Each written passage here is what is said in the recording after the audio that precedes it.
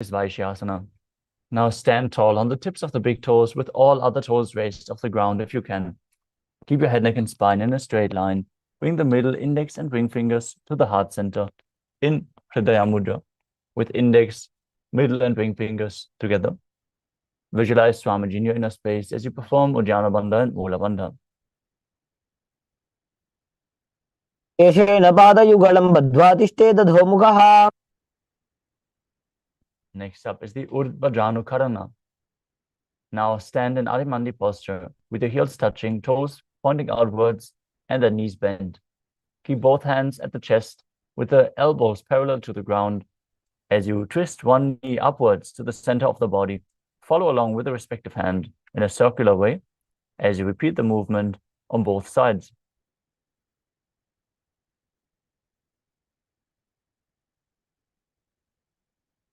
The next asana is Balalingasana. Now interlace your fingers from the outside in Sarva Shankari Mudra. Hold onto one knee and pull it up towards your chest.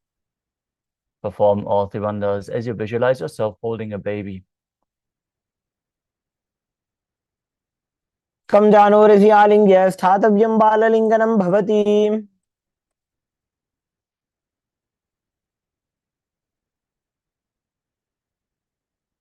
The next asana is Padapidanasana. Now take one foot and pull it behind towards your buttocks, holding it with both hands.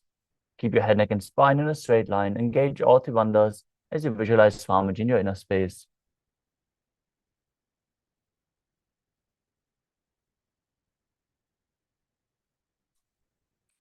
स्थित्वैकस्मिन् पादतले कराभ्यां वेष्टयेत्तनुम्.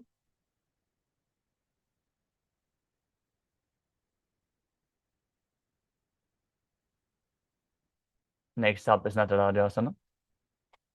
With a respective hand holding onto the sole of one foot from the inside, extend the opposite hand forward with index and thumb together in Bindu Mudra as you simultaneously kick and pull the foot back and up while leaning forward. Visualize yourself as Lord Nataraja as you perform the Mula Bandha. If you need, you can focus on a Drishti point, an external point for balance.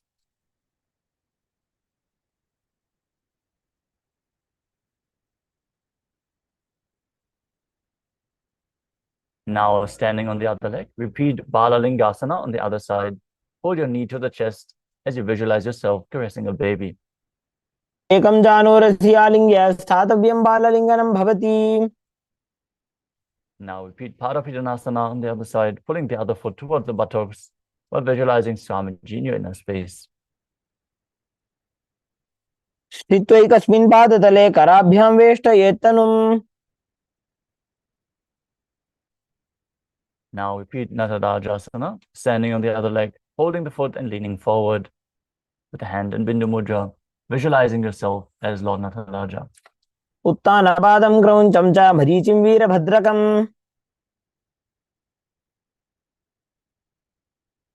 Next up is Ardhare Chittakarana. From Adimandi position, heels together, toes pointing outwards and the knees bent. Keep the right foot behind the other with the toes down and the heel up. Keep the left hand at the chest and swing the right hand back and forth like a pendulum. Gracefully move the fingers one by one. After some time, keep the right hand over top of the nose, uncross your ankles, and repeat the movement on the other side.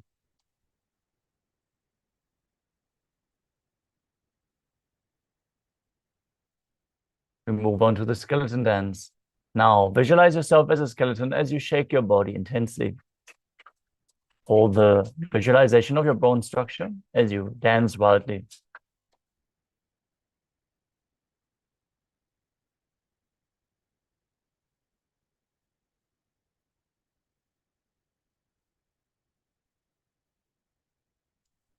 Next up is Katichina Karana. From Arimandi. Heels together, toes pointing outwards and the knees bent. Bring your hands above your head and cross them with the palms facing backwards. Now move your hips to one side. Simultaneously open up your arms above your head. Return to the center and repeat the movement on both sides.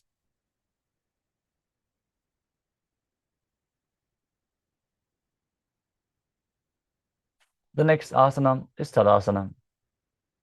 Now stand on the tips of the toes as you raise your hands up above your head and engage all Trivandhas As you visualize yourself as a palm tree, internally chant the new japa Shivoham.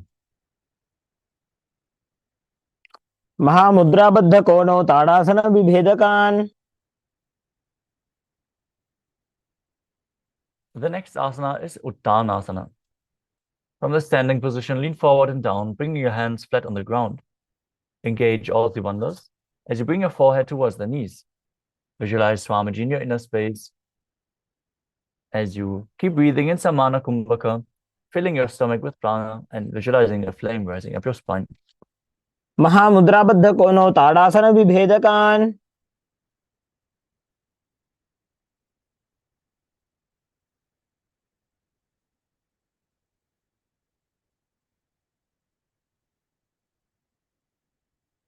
The next asana is Tadakshvasana. Now keep your hands flat on the ground, shoulder width apart. Step your feet back, keeping the toes on the ground. As you engage the perineal region, tuck your chin to the chest and start rotating your head from side to side. Visualize Swamiji in your inner space. गजासनवस्थित्वा मस्तकं वारं वारं दक्षिणकुक्षिं सव्यकुक्षिं नजेत् तरक्श्वासनं भवति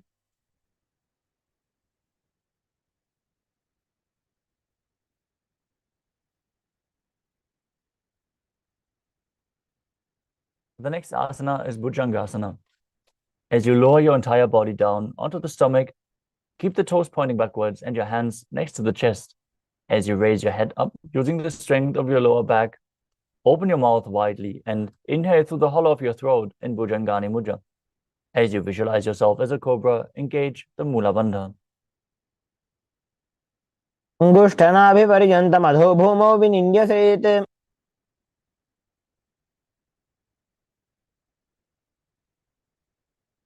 The next asana is Shashasana. From the tall plank position,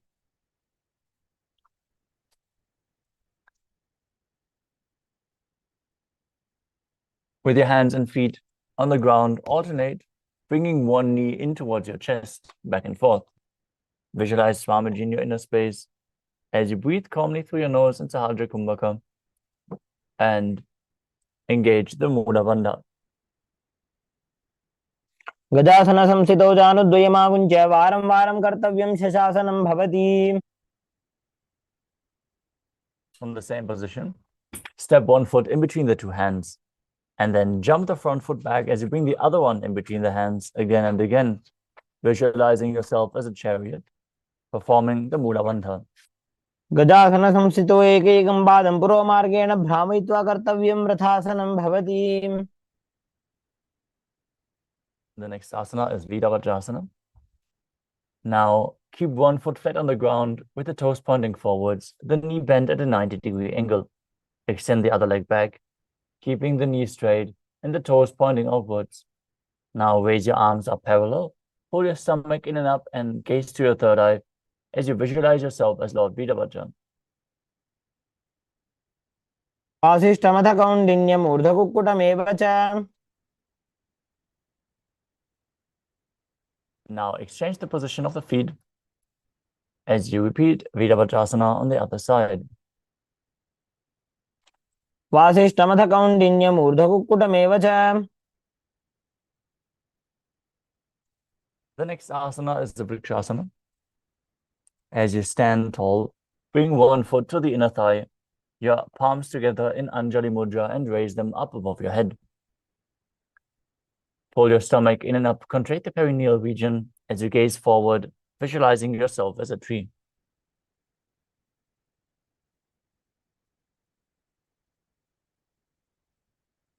वामोरुमूलदेशे च याम्यं पादं निधायतु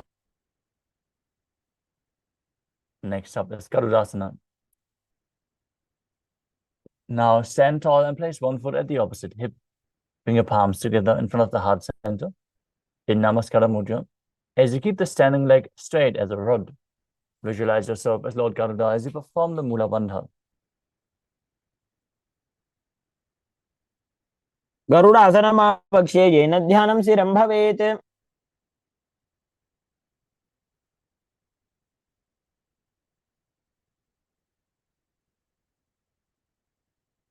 Now standing on the other leg, Repeat Vrikshasana, the tree posture, on the other side.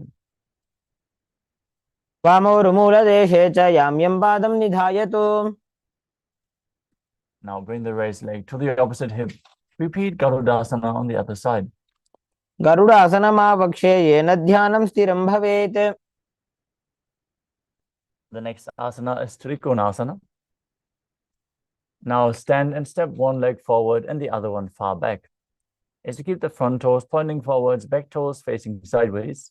Keep your arms parallel to the ground and then lean forward and down. Gaze up and visualize yourself as a triangle as you perform the Mula Bandha. उत्तानपादं क्रौञ्चं च मरीचिं वीरभद्रकम्. Now exchange the position of your feet. Keep your arms parallel, lean forward and down as you visualize yourself as a triangle.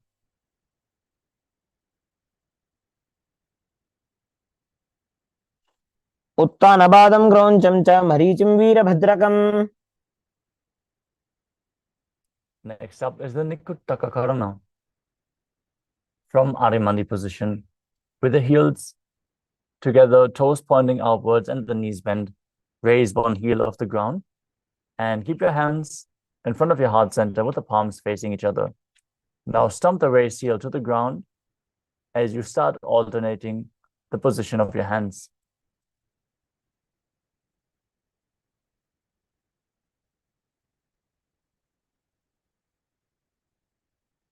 Next up is Angushtasana.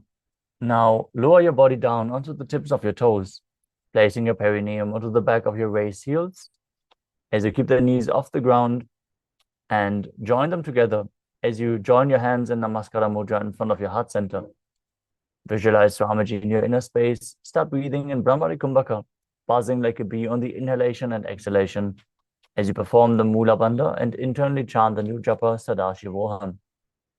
कबन्धासनमित्याहुः गोरक्षासनमेव च. Next up is Saurasana. From the tips of the toes, extend one leg straight out, heel down, toes up. Keep the fingers down on the ground by the sides with the palms facing forward in Vara Mudra. As you visualize Swamiji in your inner space, perform the Mula Bandha in Saurasana. प्रसार्य एकं पादतलं संस्थाप्य त्वेकपादकम्.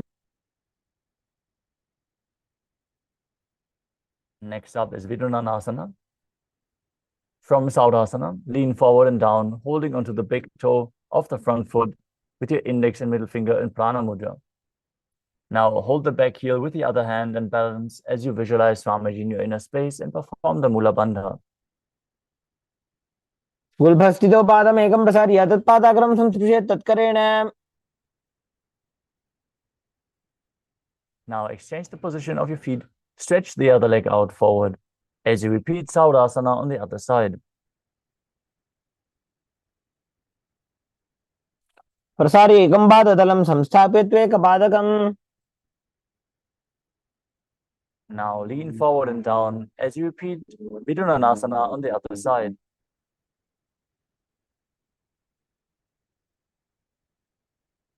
गुल्भस्थितो पादमेकं प्रसार्य तत्पादाग्रं संस्पृशेत् तत्करेण. The next asana is Brahma Kushasana. As you keep the toes on the ground, place your perineum on the top of the heels. Keep a gap between your legs and place the back of your hands resting on the knees. Tilt your head down and gaze through the gap between the palms in Shambhavi Mudra with the eyes open wide, unblinking, actually gazing within. As you visualize Swamiji in your inner space, perform Jalandhara Bandha and Mula Bandha. दो भरना पानी होए वैसे AD दो गुदानी वैसे. The next asana is Kapilasana. Now place the knees on the ground with the toes tucked behind, sitting your perineum down on the heels. Rest your hands on top of the thighs, pull your stomach in and up as you gaze to the tip of the nose, visualizing yourself as Sage Kapila Muni.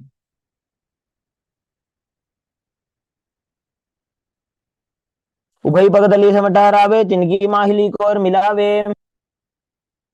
Next up is Patala Gorakasana. Maintaining the same sitting posture, Shift your gaze to the third eye. Visualize Swamiji in your inner space and perform the Mula Bandha. दो भगतली संपुट करे कौरवारली धूपर धरे.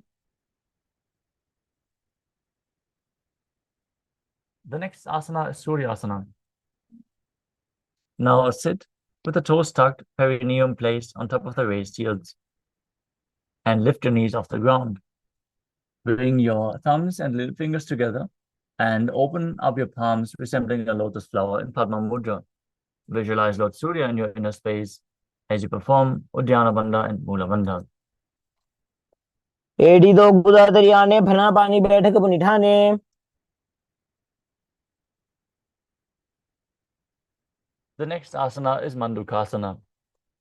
Now sit with the toes flat, the perineum on the heels. Keep your hands on top of the knees and lift your tongue up against the roof of your mouth. Catch the nectar of immortality, dripping from the Sahasrara chakra with your frog tongue as you visualize yourself as a frog. Gaze to your third eye and breathe in Sahadra Kumbhaka as you perform the Mula Bandha. पादतलो पृष्ठदेशे अंगुष्ठे द्वे च संस्पृशेत्.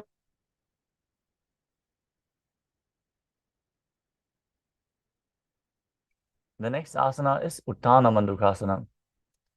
From the same position, bring your hands behind your back and hold on to the opposite shoulders. Gaze to your third eye. Keep visualizing yourself as a frog. Keep your tongue up against the palate of your mouth in Manduki Mudra as you perform Uddiyana Bandha and Mula Bandha. मंडूकासन मध्यस्थम कुर्पराभ्याम धृतम शिरः.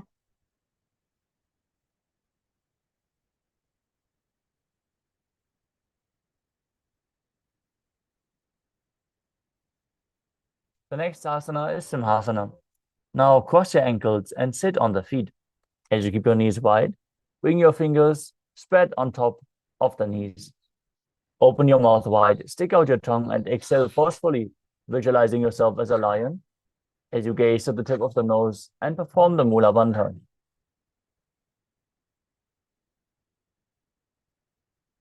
दक्षिणं सभ्यगुल्फेन दक्षिणेन तथेतरम्.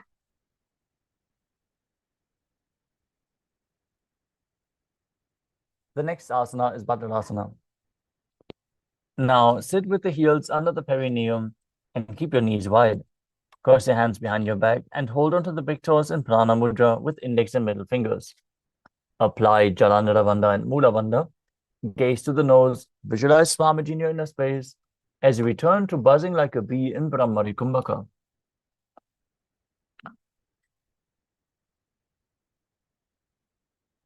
गुल्भौ जवृषण स्याधो व्युत्क्रमेण समाहितः. Next up is Kaka Bhushandi Asana. Now squat and keep the feet flat on the ground and the knees open wide. Bring your arms in and around the back as you interlace your fingers behind your back. Gaze to the nose, visualize yourself as a crow and perform the Mula Bandha. प्रथमे वैसकोकठाने दोवो हाथ पगमी च आने.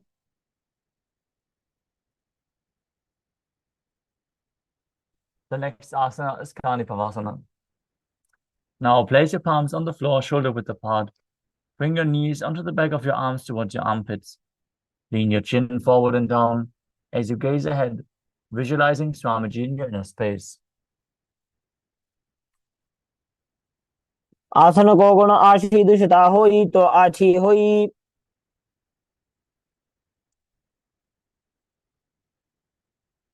The next asana is Kapalyasana, our first inverted posture.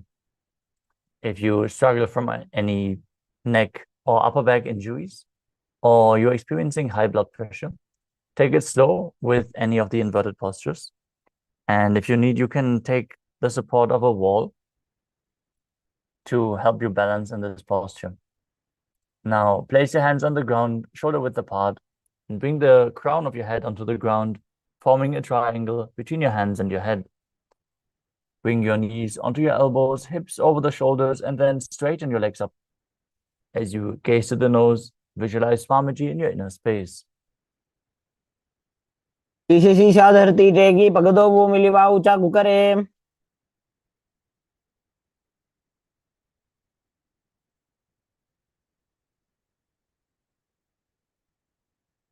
The next asana is Paramashivoham. Now squat on the toes with the legs together and twist your body as you place both hands to one side. Align your elbows with the knee and the hip, lean onto the arms and balance as you lift your body off the ground and extend your feet to the side. Gaze up through your third eye.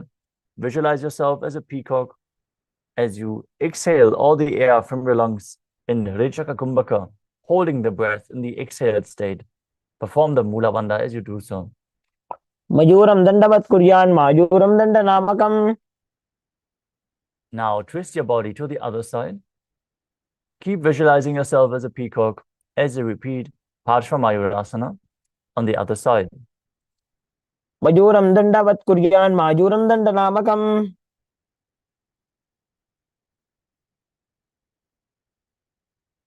The next asana is Bhairaganathasana. Now place your hands flat on the ground and step your feet back into a plank position. Then bring one foot outside of the shoulder and in between the hands. As you gaze up through your third eye, visualize yourself as Lord Kala Bhairava, the Lord of Time, and perform the Mula Bandha.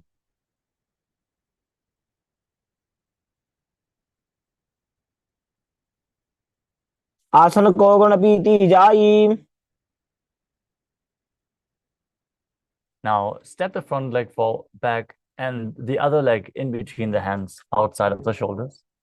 As you visualize yourself as Lord Kala Bhairava, repeat Bhairaganathasana on the other side.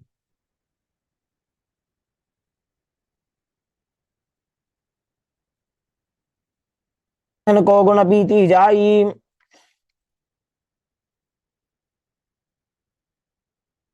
The next asana is Unmukha Pitasana. From Tadakshvasana, place your forearms on the ground and walk your feet forward as you raise your hips. Now gaze towards the third eye, visualize Swamiji in your inner space, and perform the Mula Bandha. भून्यस्थौ जानुनि हस्तौ चतुष्पदम बांगमुखम.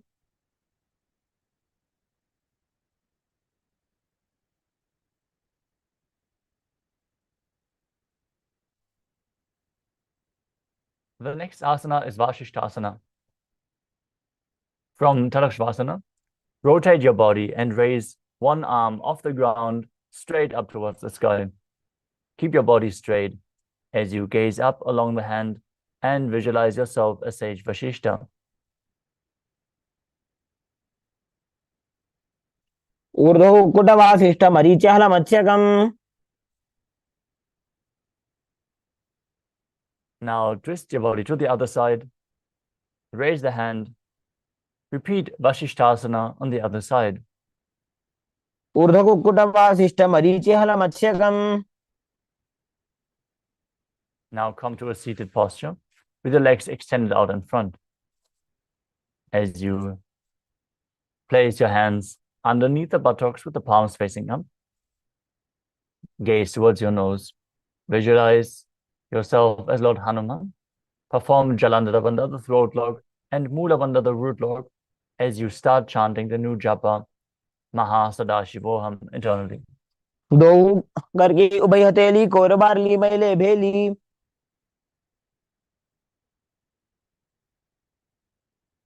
The next asana is Paschimottanasana.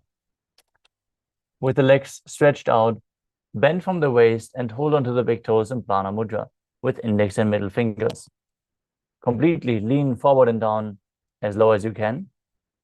As you visualize Swamiji in your inner space, engage all Trivandhas Mahamudra Bandha. जानो परिललाटन्तो पश्चिमं ताणमुच्यते. Next up is Ugrasana. With your legs still extended, interlace your fingers behind your neck in Parusha Mudra, and then lean forward and down.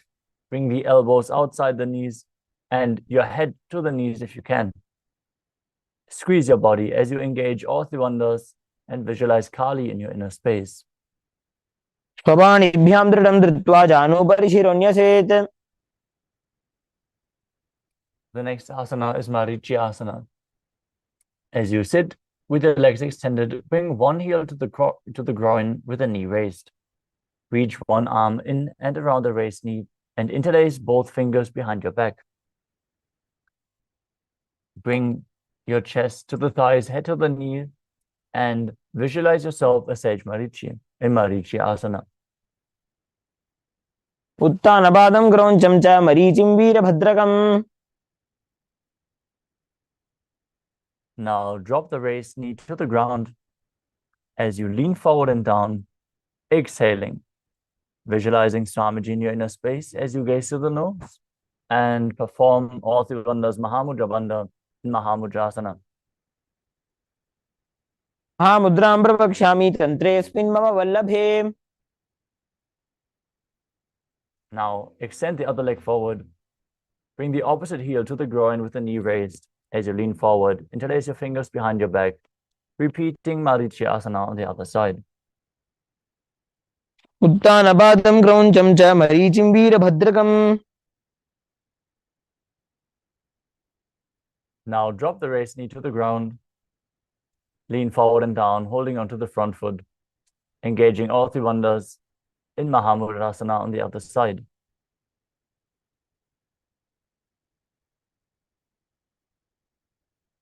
मुद्रां प्रवक्ष्यामि तन्त्रेऽस्मिन् मम वल्लभे.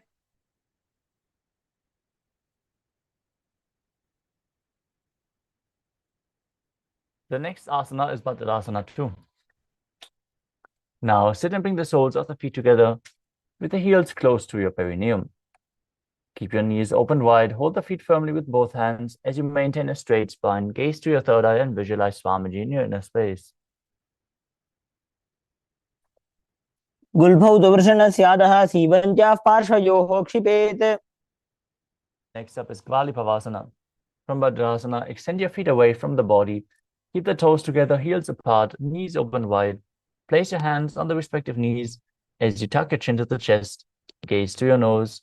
Visualize Swamiji in your inner space, performing Jalandhara Bandha and Mula Bandha. पूरब चरबड़ चौक कख्यो सोजी वाही विधि जोगी जय sooji. The next asana is Joni Asana. Now sit and keep the soles of the feet together as you keep your heels close to the perineum. Visualize the Yoni Mandala, which is projected on the screen. The visual representation of Devi Paramashiva Shakti herself. As you hold onto the soles of your feet, lean forward and down, and bring your forehead to the feet. As you gaze to the nose, perform the Mula Bandha. दोवु पगदली संपुट ठाने उभय हस्तकरी उरद हिताने.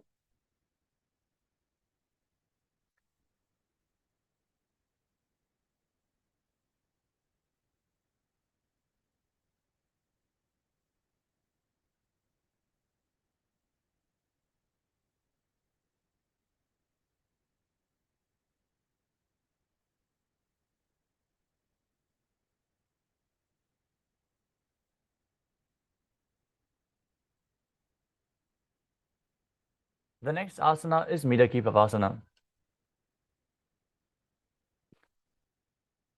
Now sit and keep the heels together, toes apart, and the knees wide as you lean forward and down, extending your hands out wide to the side with the palms down on the ground. Bring your forehead to the ground behind the heels and gaze towards the nose as you visualize Swamiji in your inner space.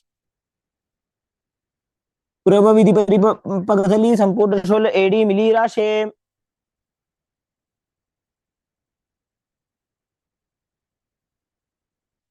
The next asana is Siddha Samadhi Asana.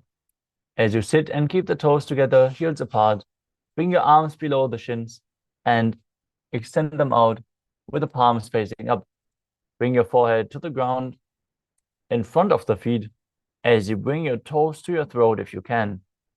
Gaze to the nose as you visualize Lord Surya in your inner space and perform the Mula Bandha. दोवु पगदली संपुट करे शोले मेढ़ आगा में धरे.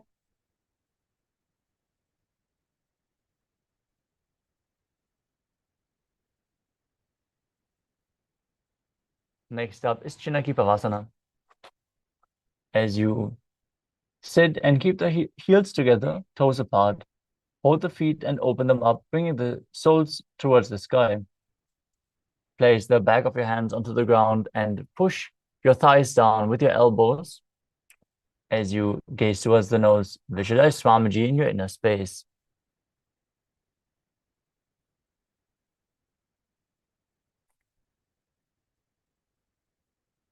दो पगा की एड़ी धरती मगिवा मेड़ लगावे।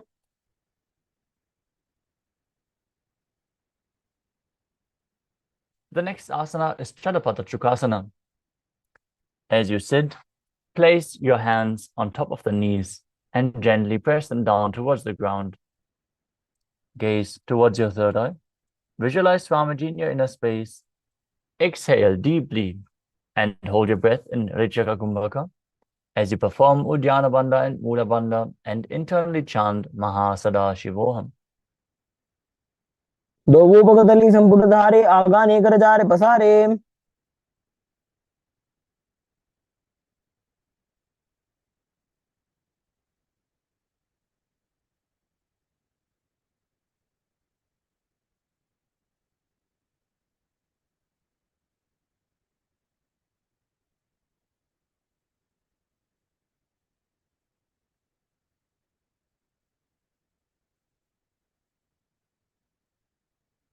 The next asana is Bhairavasana. Now sit and bring the soles of the feet together with the knees open wide. Now lift the heels up and bring the toes down onto the ground. As you keep the knees on the ground, hold your stomach in and up, contract the perineal region, and place your hands on the knees in Bindu Mudra with index and thumb together. Gaze to your third eye and visualize yourself as Lord Kala Bhairava in this intense stretch in Bhairavasana.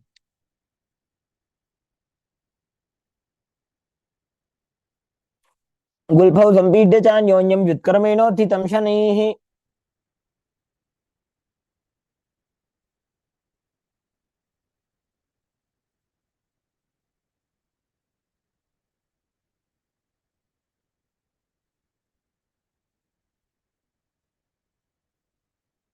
The next asana is Samanasana. As you sit with one heel at the perineum, lift and hold the other foot, pulling the sole of the foot to your chest. Gaze to your third eye. Perform the Mula Bandha as you visualize Swamiji in your inner space. समानासनमावक्षे सिद्धमन्त्रादि साधनात्। Next up is Apanasana. Now sit and place one leg on top of the respective shoulder as you raise the other leg straight up and forward. Perform the Mula Bandha, gaze to your third eye as you visualize Swamiji in your inner space. केवलं पादमेकञ्च स्कन्धे चारोप्य यत्ततः। Now keep the opposite heel at the perineum and pull the other foot towards your chest, repeating Samanasana on the other side. समानासनमावक्षे सिद्धमन्त्रादि साधनात्। Now repeat Apanasana on the other side, with the other leg over top of the shoulder, opposite leg extended forward. केवलं पादमेकञ्च स्कन्धे चारोप्य यत्ततः।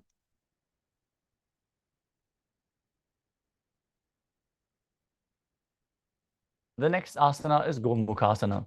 Now stack your knees in front of the body and bring the heels outside of the hips. Interlace your fingers in Parusha Mudra and place them on top of the stacked knees. Gaze through your nose, visualize the face of a cow, which is represented in the name of the asana, Gomukha. As you start breathing in Sitkari Kumbhaka, as you press your tongue up against the palate of your mouth without touching the teeth, and hissing through the teeth while inhaling. Internally chant the new japa, Om Nithyanandoham. सव्ये दक्षिणगुल्फं तु पृष्ठपार्श्वे नियोजयेत्।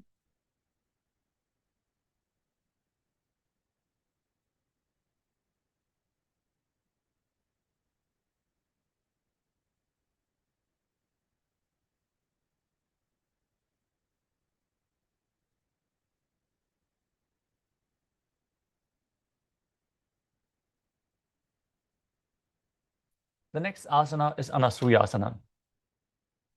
From Gomukhasana position, hold onto the feet and gaze to the nose As you perform Uddiyana Bandha and Mula Bandha, visualize yourself as Rishika Anasuya in Anasuyasana.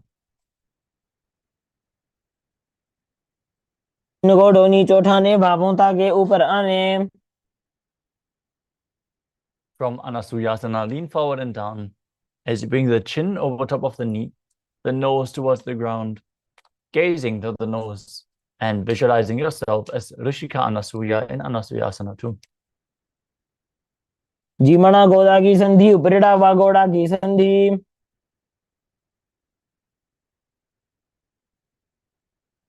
The next asana is Garudasana too. Now sit on the ground with one foot flat, the heel of the foot pressed against the perineum. Place the other foot down in front of the opposite foot, with the knee raised, hands on the respective knees. Gaze to the nose, visualize yourself as Lord Garuda as you perform the Mula Bandha.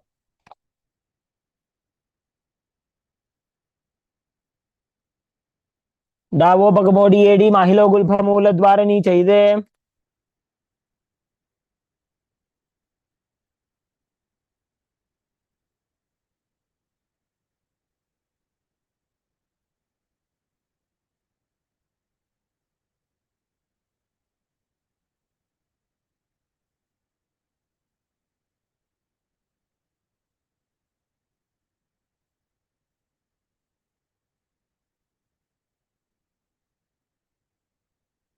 From Garudasana 2, raise your perineum on top of the heel of the foot which is flat.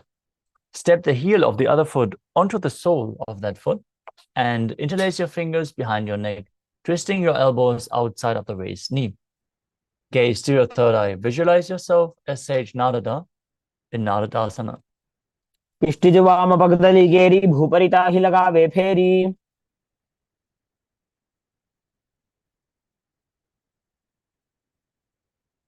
Next up is Matsya Pitakasana. Now place one foot on top of the opposite thigh. Wrap the respective arm around the knee, holding onto the opposite shin. Hold onto the big toe of that foot with the other hand in Prana Mudra as you gaze to the nose and visualize Matsya, the fish avatar of Vishnu. वामेन वामांगुष्टन्तो घृतं मत्स्य पीठकम्.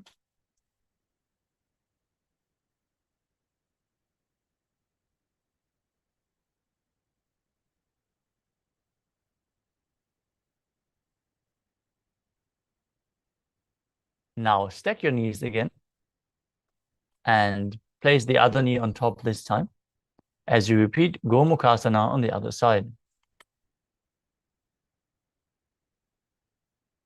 वे दक्षिण गुल्फं तु पृष्ठपार्श्वे नियोजयेत्.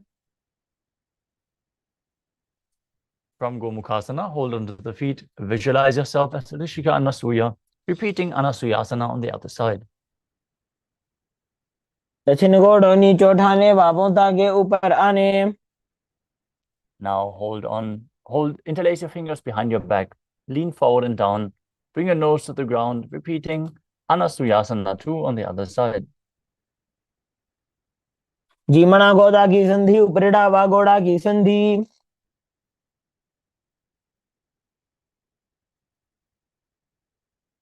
Now sit with the other perineum pressed against the heel, opposite foot flat, knee raised in Garudasana 2 on the other side, visualizing yourself as Lord Garuda. डावो बगमोडी एडी माहिलो गुल्फ मूल द्वार नी चाहिए. Now raise your perineum onto the heel, interlace your fingers behind your neck and twist your elbows outside of the knee, repeating Naradasana on the other side. इष्टिज वाम पगदली केरी भूपरिता ही लगावे फेरी. Now repeat Matsya Pitakasana on the other side, placing the opposite foot on top and holding onto the shin and the big toe, while visualizing Matsya, the fish avatar of Lord Vishnu. वामेन वामांगुष्टन्तो घृतं मत्स्य पीठकम्. The next asana is Matsyendrasana. Now place one foot on top of the opposite thigh. Place the opposite foot flat on the ground as you twist and bring your elbow outside of the raised knee, while keeping the raised arm by your neck, turning your head back, gazing to your third eye, placing the other hand on the ground behind you. Visualize Sage Matsyendranath, the master of Hatha Yoga, as you perform the Mula Bandha. उदरं पश्चिमाभासं कृत्वा तिष्ठति यत्नतः. The next asana is Kubasana. From Matsyendrasana, extend the front arm down towards the foot. Hold onto the big toe in Prana Mudra if you can. You can also hold onto the shin or just keep the arm extended down as you place the other hand at the back ear. Gaze back and up towards your third eye while visualizing yourself as a camel. आसन को गुण झोलो जाए. Next up is Matsyendrasana 2. From Kubasana, place the back hand down to the ground. Twist your body even further while still holding onto the front foot. Gaze to your third eye. Visualize Matsyendranath and perform the Mula Bandha. मत्स्येन्द्रपीडं जठरप्रदीप्तिं प्रचण्डरुक्मण्डलखण्डनास्त्रम्. Now untwist your legs and place the opposite foot on top of the thigh as you repeat Matsyendrasana on the other side. उदरं पश्चिमाभासं कृत्वा तिष्ठति यत्नतः. Extend the front arm down to the foot. Hold onto the back ear. Visualize yourself as a camel. And don't forget to breathe in Sitkari Kumbhaka, hissing through your teeth without the tongue touching them from behind. Repeating Kubasana on the other side. आसन को गुण झोलो जाए. Now drop the back hand down to the ground behind you. Twist your body even further while visualizing Sage Matsyendranath in Matsyendrasana 2. केन्द्रपीडं जठरप्रदीप्तिं प्रचण्डरुक्मण्डलखण्डनास्त्रम्. The next asana is Padmasana. Now place your feet, both feet, on top of the opposite hips, the opposite thighs, as you place your hands on top of the knees, flat. Gaze to the tip of the nose. Visualize yourself as Lord Shiva. Start breathing in Sitali Kumbhaka, pressing your tongue against the back of the teeth while hissing through the teeth while inhaling. As you perform Mahamudra Bandha, all three bandhas engaged, and internally chant the japa Om Nithyananda Paramashivam. आसनं द्विविधं प्रोक्तं पद्मं वज्रासनं तथा.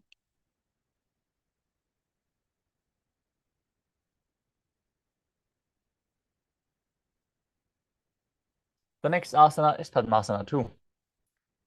Now cross your hands in front of your body and hold on to the big toes while still sitting in Padmasana. Gaze to the nose. Visualize yourself as Goddess Parvati, the consort of Lord Shiva, as you perform the Mula Bandha and still breathe in Sitali Kumbhaka. उत्तानौ चरणौ कृत्वा ऊरु संस्थौ प्रयत्नतः.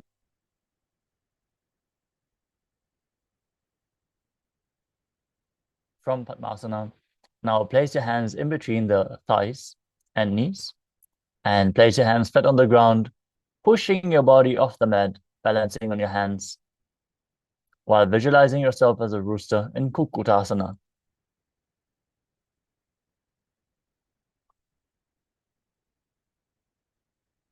पद्मासनं सुसंस्थाप्य नान्वोरन्तरे करौ.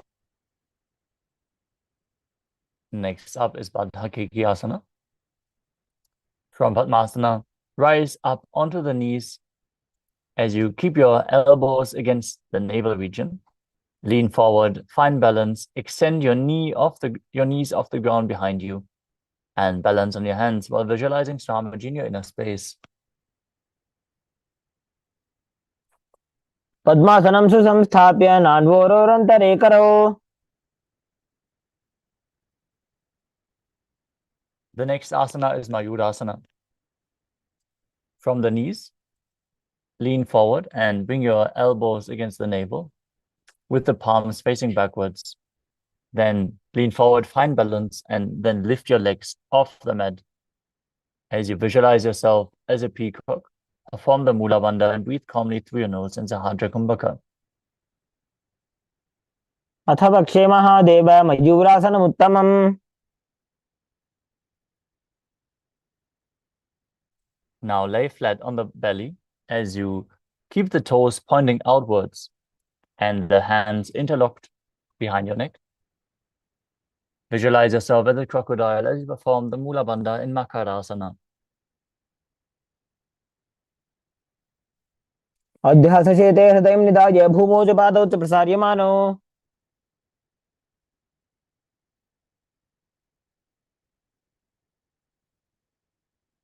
The next asana is Shalabhasana. As you lay on your stomach, place your hands on the ground beside your chest. Raise your legs up all the way to the thighs and visualize yourself as a locust. Perform the Mula Bandha. अध्यासचेते करयुग्मवक्षो भूमिमष्टभ्यकरयोस्तलाभ्याम् The next asana is Ushtrasana. As you lay on your stomach, hold onto the feet and pull the feet outside of the hip down towards the ground as low as possible. Visualize yourself as a camel as you perform the Mula Bandha.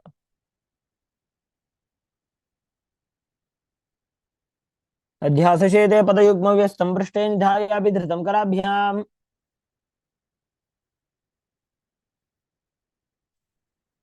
Next up is Dhanurasana.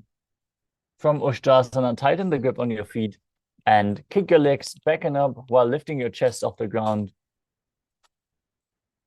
Visualize yourself as Lord Shiva's bow, Pinaka, as you gaze to your third eye and perform the Mula Bandha. प्रसार्य पादौ भुजदण्डरूपौ करौ च पृष्ठे धृतपादयुग्मम् The next asana is Bhagasana. Now, sit in a kneeling posture with the feet flat behind you, sitting in between the heels outside of the hip, toes touching behind you. As you gaze to your third eye, visualize Swamiji in your inner space. Breathe calmly into Sahajra Kumbhaka and internally chant the new japa, Om Nithyananda Paramashivoham. उल्टा मोड़ी पाओ दो पैसे बहरो जुगति करे एक ऐसे We are setting up for another inverted posture. Now, from the knees, place your forearms on the ground with the elbows shoulder width apart, fingers interlocked. As you place the crown of your head onto the ground, hold your head with your hands and raise your hips, walking the feet forward until your hips align with your shoulders, and then lift your legs off the ground. Pull your knees in towards your chest, as close to touching your chin with the knees. Squeeze your body. As you gaze to the nose, visualize Swamiji in your inner space and perform the Mula Bandha in Gohi Asana. दो हाथ की कहुनी जोई पुनिह कलाई जाने दोई From Gohi Asana, extend your legs straight up into Shirshasana. Gaze to the nose, visualize Swamiji in your inner space. Use the wall for support if needed. And perform the Mula Bandha as you do so. विपरीतं मण्डलं च द्विधैव विदितं हिनः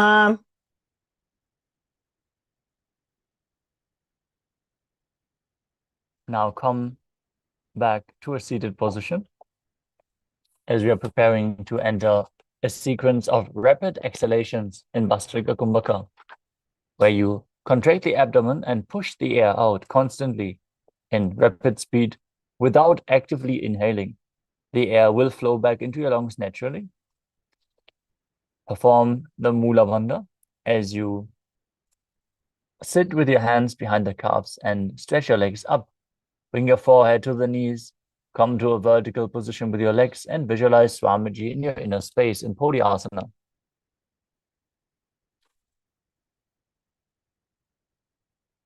दो हाथ पग बाहर आने घोड़ा तरे काकसी ठाने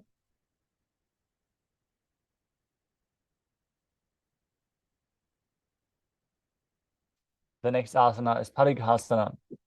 Now sit and extend your legs out and up at a 45-degree angle and bring your hands behind, holding onto the opposite shoulders. Gazing to the third eye, visualizing yourself as a mace as you still breathe in Bastika Kumbhaka. उत्तानं शयनं कृत्वा पादौ मिलित्वा प्रसार्य Next up is Naukasana. Now extend your arms forward and lift your legs up again, keeping the back straight, toes pointing up. Gaze to the third eye and visualize yourself as a boat as you breathe rapidly in Vastika Kumbhaka.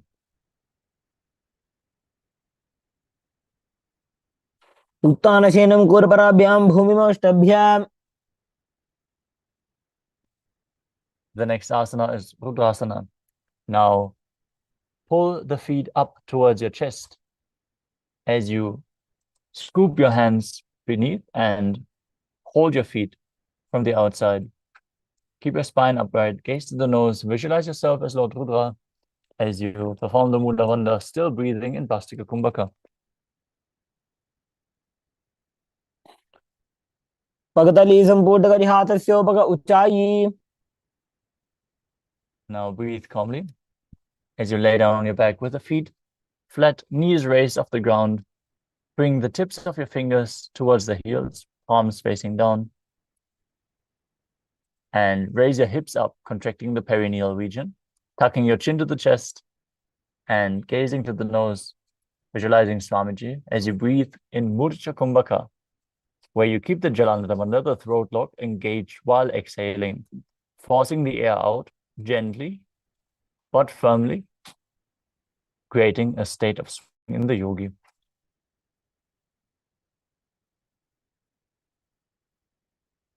ऊर्ध्वे च जानुनी कृत्वा शवित्वोर्ध्वमुखं तथा उत्थाप्य हस्तौ तिष्ठेत्तु पीठ उन्मुख नामके.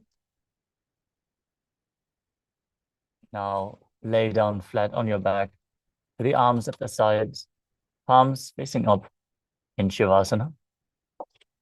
Now contract the perineal region and pull the Kundalini Shakti up forcefully all the way to the Brahmarandra in Shakti Chalan Mudra. Relax. Visualize your body is dead and Swamiji, the Supreme Pontiff of Hinduism, is liberating you internally. Chant the Mahavakyam. Om Nithyananda Paramashivoham. उत्तानं शववद्भूमौ शयनं तो शवासनं शवासनं श्रान्तिहरं चित्तविश्रान्तिकारकम्.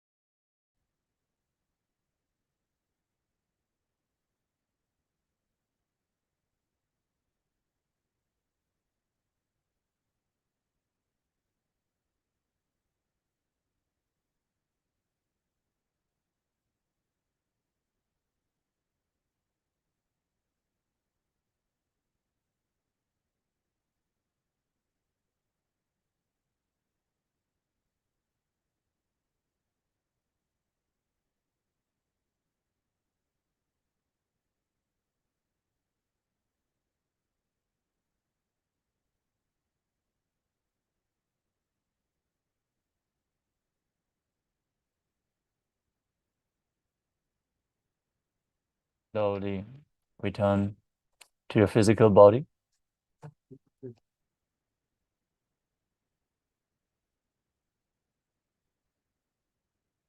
Slowly start to wiggle your fingers and toes, your wrists and your ankles, your elbows and your knees.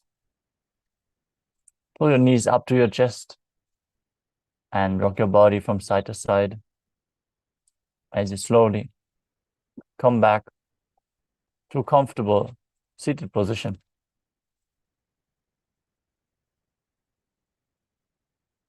Congratulations for completing the first 108 asanas of the sequence, the Pratama Vinyasa Krama.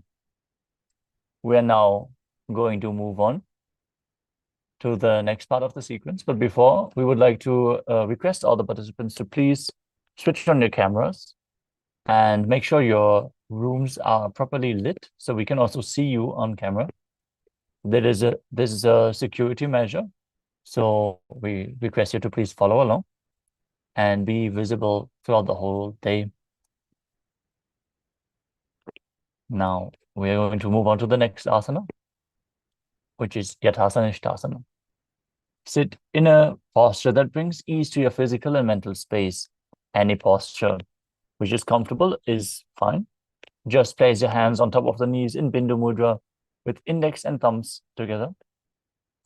As you visualize Swamiji in your inner space, breathe in Samana Kumbhaka, visualizing a flame rising up your spine, performing the Mula Bandha and internally chanting the Mahavakya, Om Nithyananda Paramashivoham in Yathasana.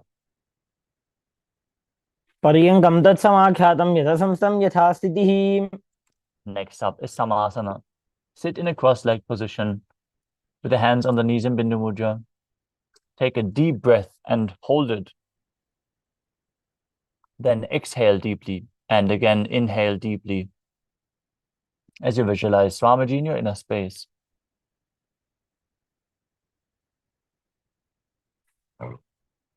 इदानीं गर्भिणीनां योगाभ्यासो यथा लघु.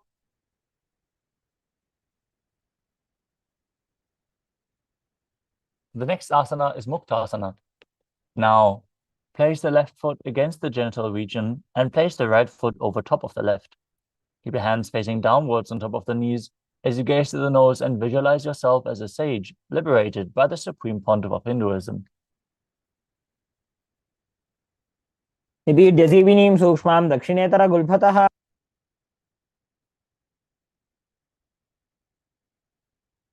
Next up is Siddhasana. Now maintain the same position. Switch your gaze to your third eye and visualize Swamiji in your inner space. स्थानसंयमितेन्द्रियोतलदृशा पश्यन् भ्रुवोरन्तरं चैतन्मोक्षकपातभेदजनकं सिद्धासनं प्रोच्यते. Next up is Siddhyasana. Now maintain the same position. Switch your gaze to the ground in front. Engage all the bandhas as you visualize Swamiji in your inner space.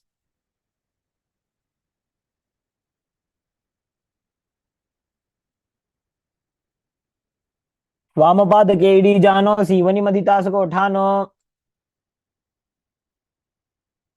Next up is Rudrasana 2. Now keep your legs in the same position. Rotate your hands back into Bindu Mudra on top of the knees and gaze to your third eye while visualizing yourself as Lord Rudra. परिदक्षिण राखे एकजुगति ऐसे विधि राखे. Next up is Santadunasana. Maintain the same position. Switch your gaze to the nose and embody tranquility and an unshakable nature. आसन की गुण मन की चन चलता मीटे.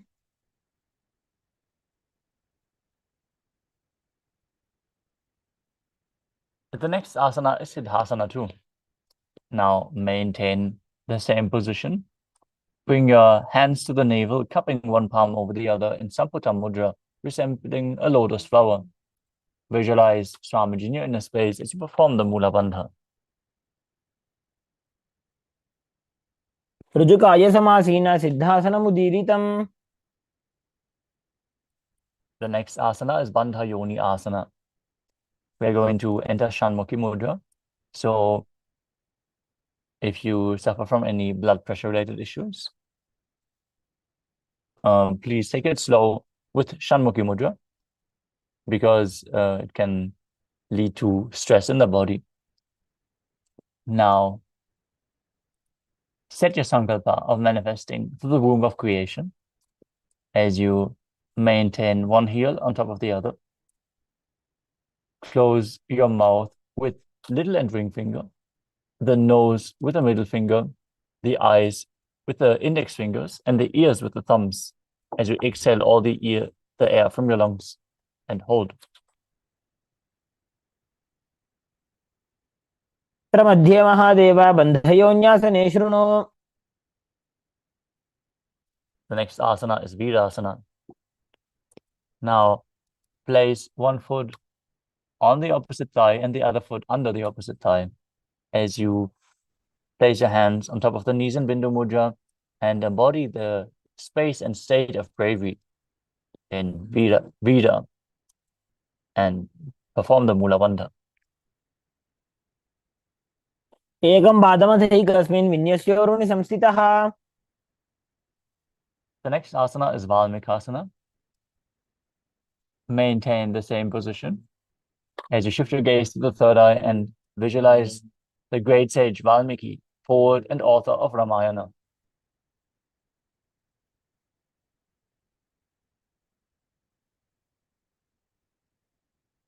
वपगगी बगदली पुनीड़ी है जो जय. Next up is Joni Mudrasana. Now, maintain the same position. Rotate your hands on top of the knees, keeping the palms flat on the knees. As you switch your gaze to the nose and visualize the Yoni Mandala, the visual representation of Devi Paramashiva Shakti herself. Perform the Mula Bandha as you internally chant Om Nithyananda Paramashivoham. वामपादगी बगदली जाहि माहिली कोरे. Next up is Yoni Asana. Keep your feet and hands in the same position. Shift your gaze to the third eye. Keep visualizing the Yoni Mandala. योन्यासनं पर्वतेन योगं योगफले नीलम्.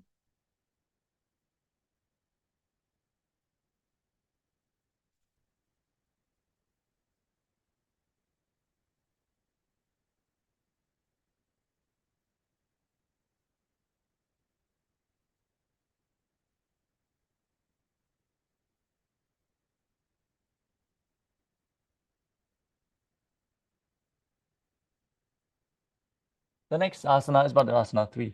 Now sit and bring the soles of the feet together, holding them with both hands. Bring your knees down towards the ground as you gaze to the tip of the nose. Visualize yourself as Lord Veerabhadra and perform Uddiyana Bandha and Mula Bandha. उल्भौ च वृषणस्यादः सीवन्त्याः पार्श्वयोः क्षिपेत्. The next asana is Aghodasana. Now, keep the soles of the feet together, heels at the perineum. Press your tongue up against the roof of your mouth in Kechari Mudra, pressing the tongue up even higher if you can, into the nasal tract. As you gaze to your third eye, cover your mouth with the right hand. Close the left nostril with the index finger and inhale through the right nostril. Close both nostrils, hold your breath. Then exhale through the left nostril and repeat on the other side in Abhyantara Kumbhaka.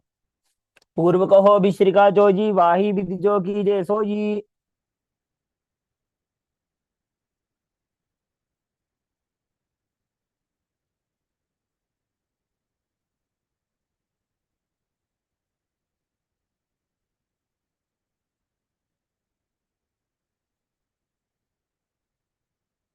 Next asana is Kanari Pavasana. Now bring the feet together in front, the toes together and the heels apart. Place your elbows on the heels, rest your chin on the palms, and gaze to the nose as you engage Uddiyana Bandha and Mula Bandha, exhaling all the air from your lungs and Rechaka Kumbhaka, and visualizing yourself as a female elephant drinking water. वाली पाव आसन का क्यों है जैसे Yahoo में जाने विधि जैसे.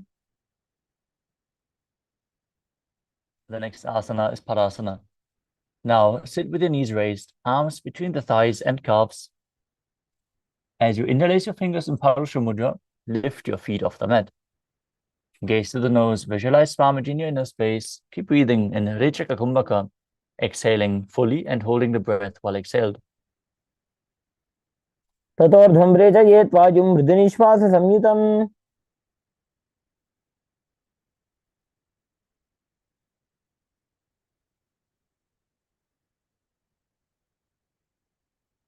The next asana is Gopi Chandasana. Now interlace your fingers around the feet with the soles together, toes at the groove of your throat, with the heels touching your chest. Keep your chin on the hands, gaze to the nose, and embody the state and space of a king in Gopi Chandasana. पूरब विधिपका का अंगूठा कंठ को पराशे. The next asana is Udarasana. Now sit with the soles of the feet together, insert your hands underneath the legs, and hold your feet with interlocked fingers as you bring the feet up to your chest, the head down, and touching your chin to the soles as you gaze to the nose and visualize your body free from any defects. पगदली संपुट ठाने उभय हस्त करी उरद हिताने. From the same position, raise your feet even higher in front of your face, with the hands on top of your forehead. Visualize yourself excelling in everything in Vishishtasana. पगदली जोड़ी संपुट करे. The next asana is Bhujasana.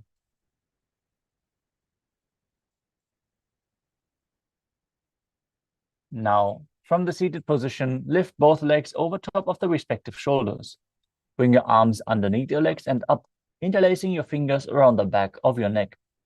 Balancing with your legs lifted off the ground as you visualize yourself as a cobra. शिरासनं तु विज्ञेयं कक्षासनमतः परम्.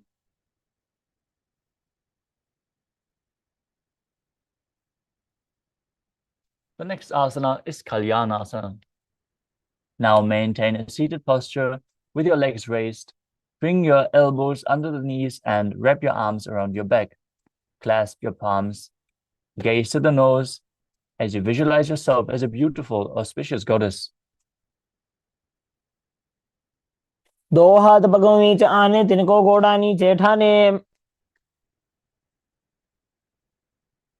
The next asana is Sankatasana. As you stack your knees, sitting on top of the left heel with the left foot flat underneath your body. Keep the right heel at the left hip, your hands on top of opposite knees.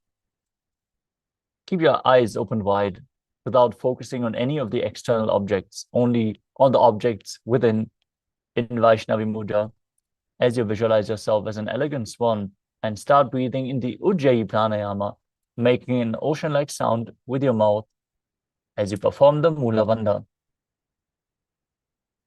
वामपादं चितेर्मूलं सन्न्यस्य धरणीतले. The next asana is the Dhenukasana. From Sankatasana, slide the left heel outside the hip and sit down on the ground.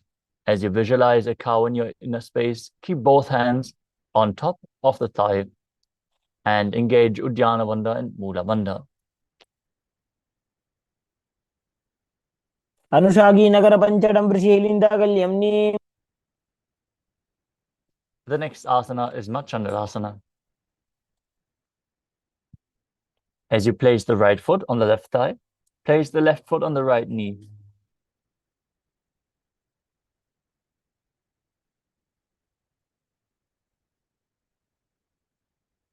Now twist your body, bring one arm behind your back and hold on to the opposite thigh as you keep the other hand on the opposite thigh as well.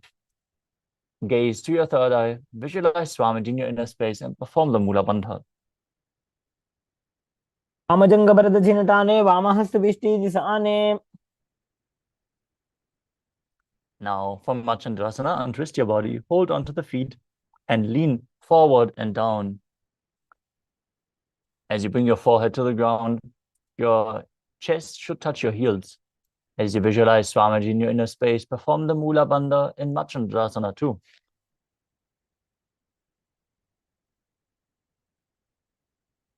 प्रथम जी मनो चरण जजोजी वामजंग परिराखे सोई.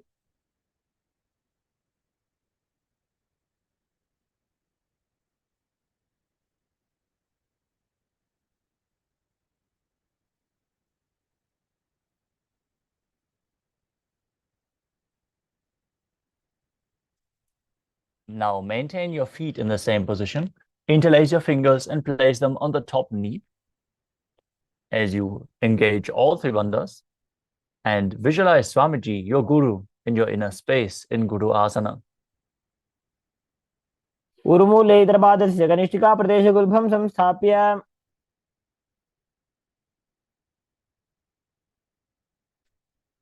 Now sit on the right heel as you stack your knees again, repeating Sankatasana on the other side, visualizing yourself as an elegant swan. वामपादं चितेर्मूलं संन्यस्य धरणीतले.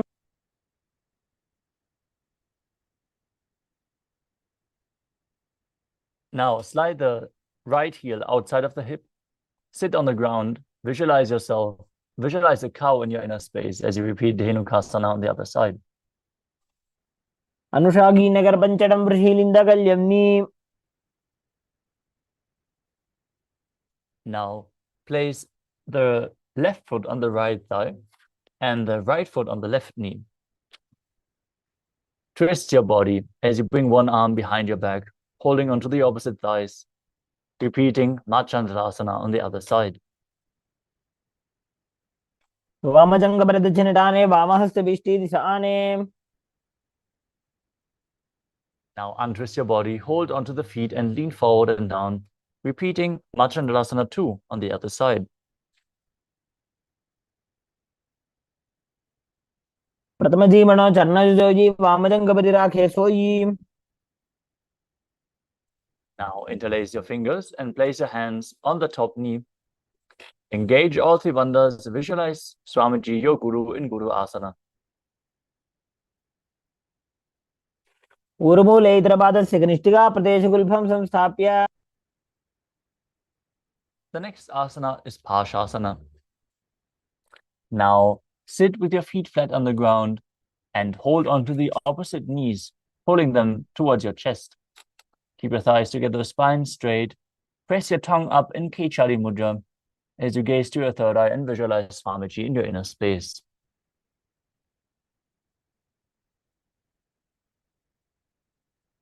पादतले भूमो निधाय जानु निवृत्ति निधाय. Next up is Bodhashukasana. Now maintain the same position. Hold onto the opposite wrists and place your chin onto the knees. As you gaze to the nose, visualize being in an abode of bliss. दो बगदली भूपरि धरे कोरमाहिरी ऐसे करे.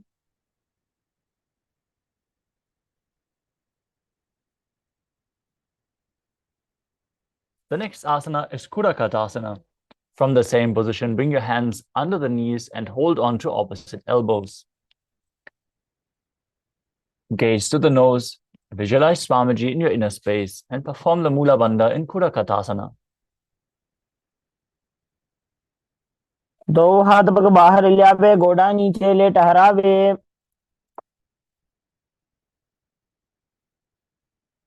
Keep holding on to the opposite elbows.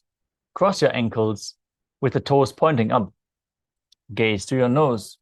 Keep your tongue in Kechari Mudra and visualize the great sage and Maharishi Sumati in Sumati Asana.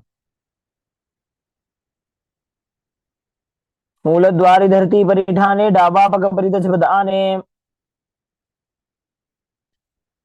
The next asana is Dandasana. As you extend your feet out straight, the arms raised straight above your head. Interlace your fingers with the wrists pointed outwards. Engage all three bandhas. Gaze to your nose. Keep your tongue up against the palate of your mouth as you visualize Swamiji in your inner space.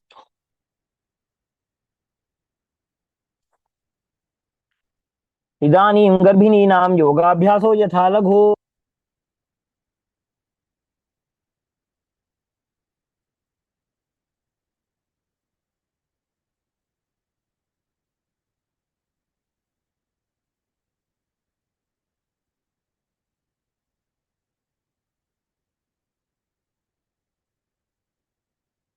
The next asana is Arambhasana. Now, sit with your legs straight. Hold the big toes in Prana Mudra. As you lean your chest forward and down, bring the head to the knees, and start performing the Nadi Shodhana without the use of your hands. Inhaling through the left nostril, exhaling through the right, and inverse as you visualize Swamiji in your inner space and perform the Mula Bandha. मेवा पसारी पगा का अंगूठा पकड़ी लीला टकोड़ा लगावे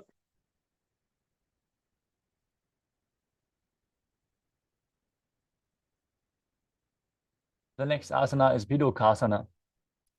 As you sit with the legs straight, extend your knees slightly up, and keep one hand distance between the heels. As you bring your shoulders down, wrap your hands in and around the legs, and hold the soles of the feet from the outside. Gaze to your third eye, while visualizing Swamiji in your inner space and performing the Mula Bandha.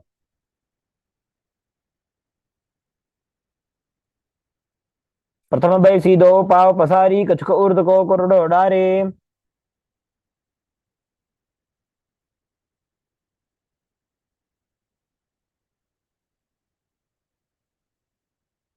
The next asana is Jalandhari Pavasana. As you extend both legs out with the heels together, place your chin onto the heels and insert your hands below the legs. Keep your elbows together on the ground. Place your palms facing upwards and gaze to your nose. As you visualize Swamiji in your inner space, perform the Ujjayi Pranayama, making an ocean-like sound with your mouth, and engage the Mula Bandha. दो एड़ी में लिखे दीजिए हाथ पसारी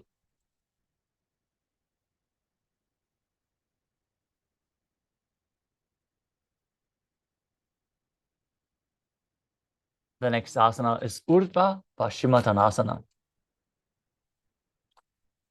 Now sit and extend both legs out. Lift one foot behind the neck and lean forward and down, holding onto the front foot as in Paschimottanasana. Visualize Swamiji in your inner space. Perform the Pratyahara Kumbhaka, visualizing the prana flowing up along your body, along 9 points, which are revealed by Paramashiva himself. The 9 points are the soles of the feet, the regenerative organs, the navel, the heart, the throat, the uvula, the middle of the eyebrows, the forehead, and the Brahmarandra. Perform the Mula Bandha and internally chant the Mahavakya. If you cannot bring your leg behind your neck, you can pull it up towards your chest and lean forward instead. पश्चिमतानवत् संस्थितिं कृत्वा एकं पादं ग्रीवायां धृत्वा तिष्ठेत् Next up is Anantasana. With your leg still behind your neck, lean backwards and straighten your spine. Hold onto the foot with the other hand as you gaze to the nose and visualize yourself as being infinite, endless, eternal, Ananta. Still perform the Pratyahara Kumbhaka, focusing on the upward flowing prana. If you cannot bring the leg behind your neck, just pull it up towards your chest. Try to open up your hips as much as possible. उत्तानशयनी एकैकं पायी ग्रीवायां विन्यस्य Next up is Ankushasana. From Anantasana, rest on the elbow of the hand holding the foot. Roll onto the side as you gaze to the nose and feel in complete control.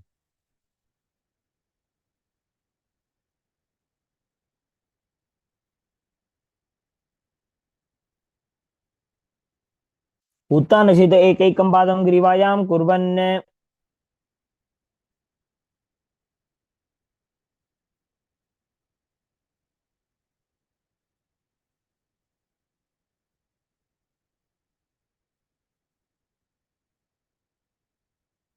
The next asana is Drushasana. Now lie down on your back, bring your knees to the chest and circle the thighs and calves with your arms and roll to the left and right while visualizing Swamiji in your inner space. उत्तानसेनं जानुनि हृदयपष्टम्भ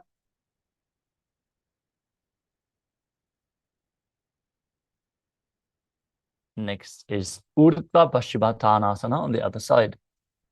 Now sit and extend the legs out. Bring the other leg behind your neck. Lean forward, hold onto the foot as you visualize Swamiji in your inner space and feel the prana flow up along your body. स्मतानवत्संसृतिं कृत्वा एकपादं ग्रीवायां धृत्वा तिष्ठेत् Now lean back, hold onto the foot with the opposite hand still behind your head in Anantasana. Visualize you are infinite, endless, eternal. उत्तानशयनी एकैकं Pai ग्रीवायां विन्यस्य Now roll onto the side. Repeat Ankushasana on the other side as you feel in complete control. उत्तानशित एकैकं पादं ग्रीवायां कुर्वन् The next asana is Yoga Nidra. As you lie on your back, lift your legs one by one up behind your head. Hold your hands behind your back as you gaze to the nose, visualizing Swamiji in your inner space.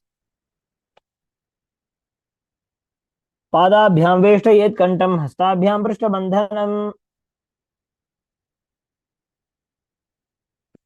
The next asana is Atma Ramasana. While laying on your back, raise your legs towards your head and wrap your hands around the legs. Interlace your fingers behind your neck and gaze to the tip of your nose while visualizing Lord Vishnu blessing you from within.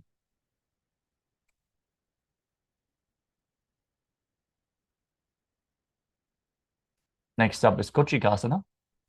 As you lay on your back, keep your knees to the chest and extend your arms sideways, gazing to the third eye while visualizing Swamiji in your inner space. Perform the Mula Bandha.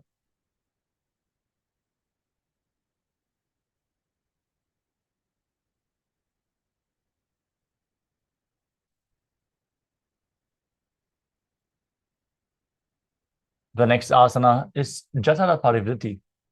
This asana consists of 3 steps.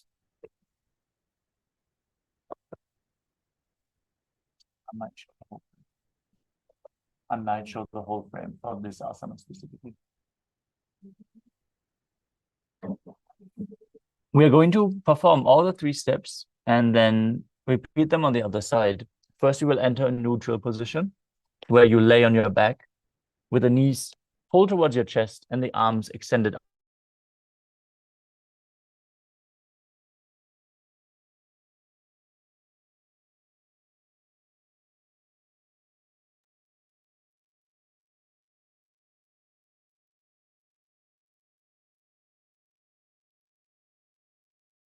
Then drop one knee to the side, to the ground, while extending the opposite leg straight down.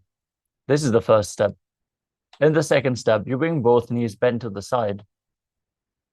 And in the third step, you extend both legs, hold onto the feet, and gaze away from the feet. परिवृत्य कुक्षिभागे त्रिधा हि परिकीर्तितः Now return to the neutral position. Drop the knee to the other side. Extend the other leg down. Bring both knees to the side. Extend both legs to the side and gaze in the other direction. परिवृत्य कुक्षिभागे त्रिधा हि परिकीर्तितः The next asana is Dviparapitam. Now lie on your back and bend your knees as you place your feet flat on the ground. Hold on to your ankles. As you lift your hips up, gaze to the nose and visualize yourself as sturdy as a bridge. Perform the Mudra Kumbhaka, where you exhale with the Jalandhara Bandha engaged while exhaling. Internally chant Om Nithyananda Paramashivoham.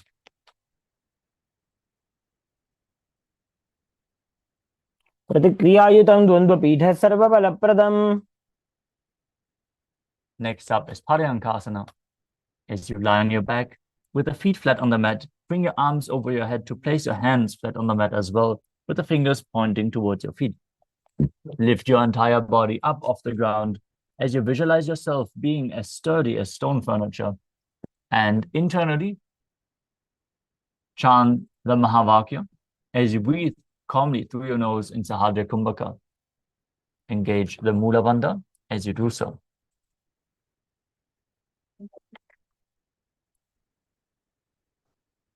उत्तानसेनं हस्ततलाभ्यां भूमिं वष्टभ्य.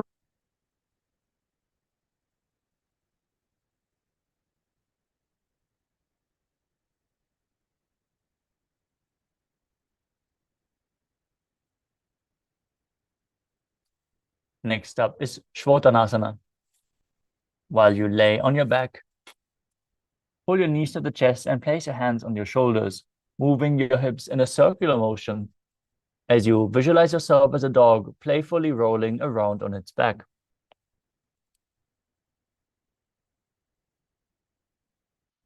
शरीरं संस्थाप्य जानुनी सम्मील्य नाभोवाणीज. Next up is the Viparita Karani. As you lay supine, raise your hips and legs up. Place your elbows and hands flat on the mat as you support yourself, balancing. Then start moving your legs round and round in a circular motion as you visualize Swamiji in your inner space and perform Jalandhara Bandha and Mula Bandha, breathing in Mudra Kumbhaka.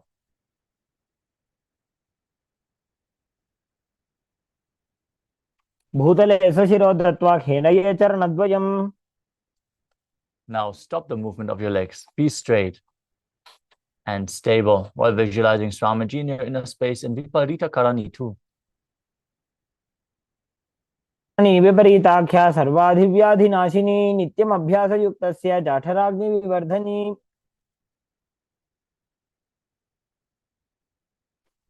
The inverted postures strengthen your digestive fire.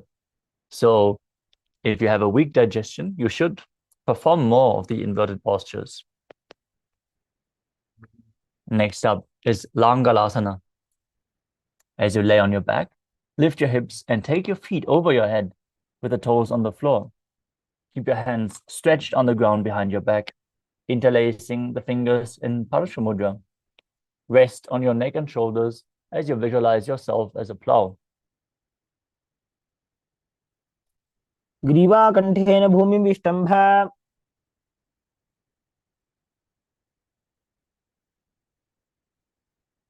The next asana is Saita Paschimottanasana. As you lay on your back with your legs over your head, hold on to the feet. Keep your arms and legs straight. This is one of the 84 different asanas revealed directly by Paramashiva himself. Perform Jalandhara Bandha and Mula Bandha while breathing in Mudra Kumbhaka. तानं शयित्वात् कुर्वीत शयितपश्चिमतानकम्.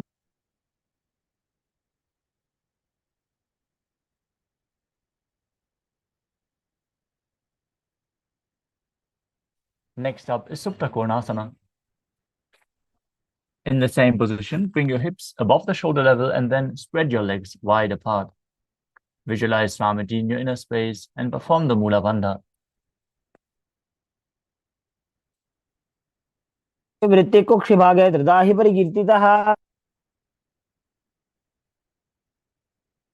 Now bring your legs back together, hold onto your ankles, and roll onto your back as you visualize yourself as a chakra, a wheel in Chakrasana.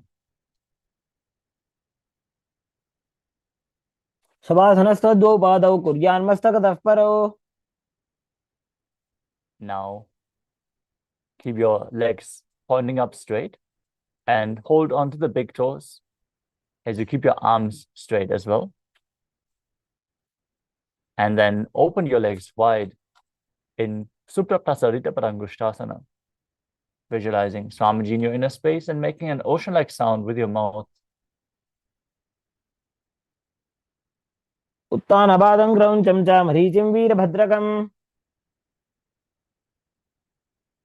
Now join your legs back together, keep your arms straight.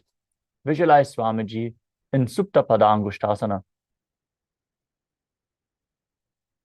उत्तानपादं क्रौञ्चं च मरीचिं वीरभद्रकम्. The next asana is Matsyasana. From Supta Padangushtasana, bring your legs into Padmasana. Then lay flat on your back. Bring your arms over top of the head, holding onto opposite elbows. As you gaze to the nose and visualize Matsya, the fish avatar of Lord Vishnu. मुक्तपद्मासनं कृत्वा उत्तानशयनं चरेत्. Next up is Parasharamasana. From the same position, place the back side of the right hand onto the left palm. Gaze to the nose and visualize Lord Rama in your inner space as you perform the Mula Bandha.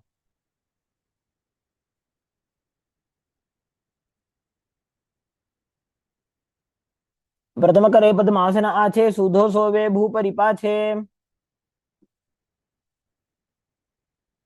The next asana is Sarvangasana.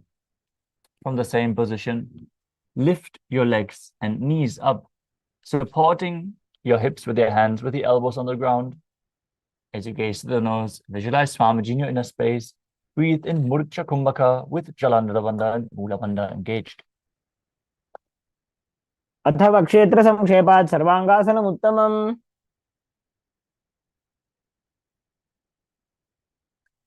Next up is Vrishchikasana.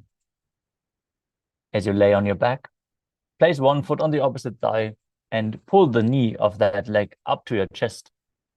Extend your arms straight up above your head and hook your fingers forward while visualizing yourself as a scorpion, gazing to your third eye and engaging Jalandhara Bandha and Mula Bandha. प्रथम शयन सुधो शीशिके संधि सुदाखे. Now exchange the position of your legs and repeat Vrishchikasana on the other side. प्रथम शयन सुधो शीशिके संधि सुदाखे.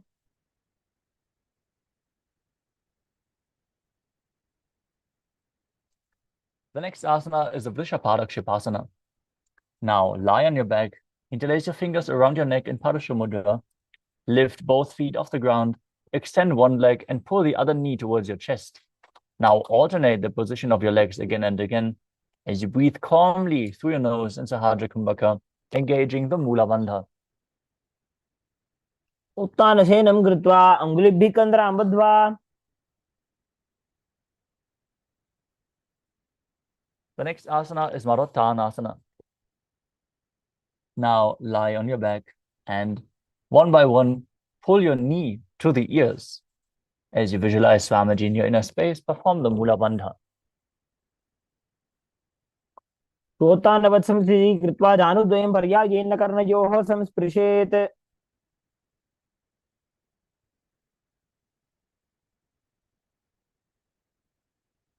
The next asana is Vrikasana. While laying on your back, place the soles of the feet flat on the ground. Then stand up and sit back down as you visualize yourself as a wolf. अथ उत्तानशयनं कृत्वा पादतलाभ्यां भूमिं धृत्वा. The next asana is Luthasana. As you lay on your back, quickly throw your legs above your head and completely roll over.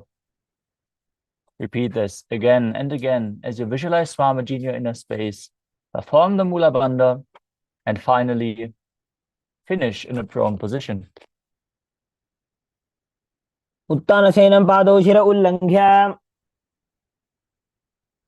The next asana is Saratasana. As you lay on your belly, with the toes extended straight down, keep your hands on the ground by the shoulders. Contract your lips and make the sound of a flute, whistling while inhaling. As you visualize yourself as a chariot, carrying warriors into a battle for Dharma on your chariot back in Saratasana. युद्धशयनं कृत्वा नाभिं भूमौ निधाय. The next asana is Dehalyulanganasana. Now place your palms on the mat in a plank position. Push your body up and jump your legs forward and back between the arms. Visualize yourself transcend body and mind as you perform the Mula Bandha. हस्तद्वयं बद्ध्वा तन्मध्ये चरणद्वयम् उड्डानैव बहिरानीय. From a standing position, now bend forward and place your hands on the mat. Start walking back and forth, visualizing yourself as a wise 60-year-old elephant in Jatyasana. जात्यासनं वक्षे येन जातिस्मरो भवेत्. Next up is the Lolitika Karana. Now stand with your knees bent, the feet pointing outwards. Bend your elbows and keep your hands at the chest. Swiftly move your arms across your body and then bring them back to the center. As you tilt your head back, open up your chest towards the sky and move your head in all directions.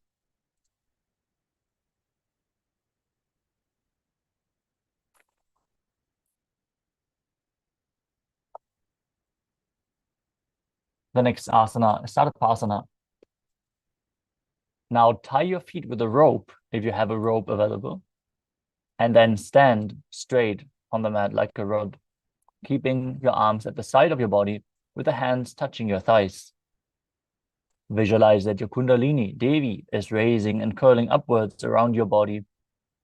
As you breathe in Sahadra Kumbhaka, leading the prana along the spine, pushing it up by performing the Mula Bandha, internally chanting the Mahavakya, Om Nithyananda Paramashivoham. अथ सर्पासनं वक्षे वायुपाणाय केवलम्. Some yogis stand like this the whole night to awaken the Kundalini Shakti.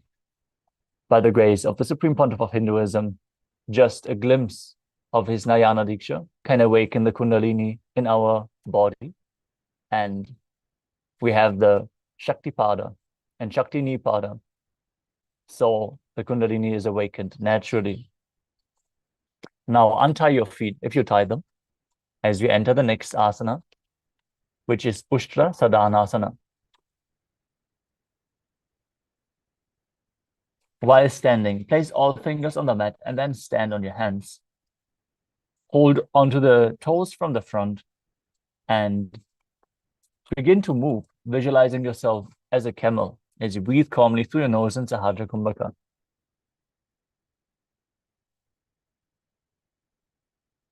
मुष्टिकनिष्ठा प्रदेशेन भूमौ निधाय.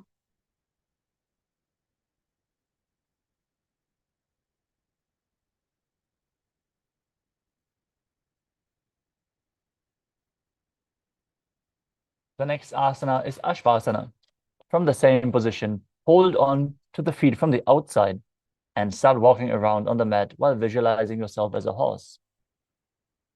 मुष्टिकनिष्ठा प्रदेशेन भूमौ निधाय.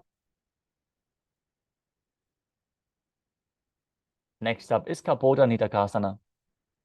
Stand straight with your feet together, interlace your hands behind your back in Parasha Mudra and pull the hands down towards your calves. As you open up your chest widely, visualize yourself as a soaring bird diving headfirst. Perform the Mula Bandha as you do so.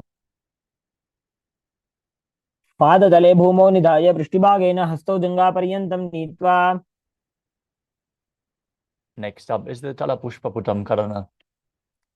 Now stand tall with the palms together, Namaskara Mudra. Gently bend the knees, keep the toes pointing outwards, and simultaneously open up your palms while leaning in one direction, raising the heels off the ground and lowering the waist and shoulder of the respective heel. Visualize you're holding a bouquet of flowers and offering it to Paramashiva.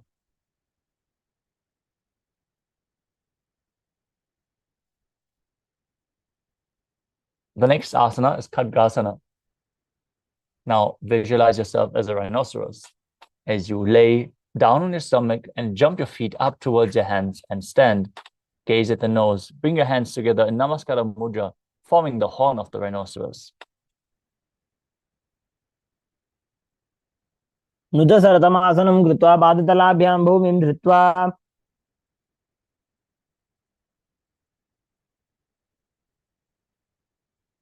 Next up is Uttanottanam. As you sit down all the way or as low as you can to the ground, stand up and sit back down. Do this again and again. You can hold weights to intensify this asana. As you gaze to the nose, visualize Swamiji in your inner space and engage the Mula Bandha. पुनः पुनः उत्थातव्यम् असितव्यम् इति उत्थानोत्थानं भवति. The next asana is Musalasana. Stand up straight, raise your arms over your head and jump repeatedly as you visualize yourself as a mace. स्थित्वा ऊर्ध्वं बाहु नयेत्.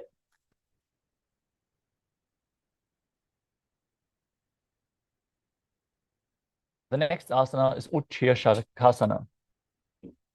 From a standing position, pull the sole of one foot towards your belly. With the other leg, sit down and stand back up.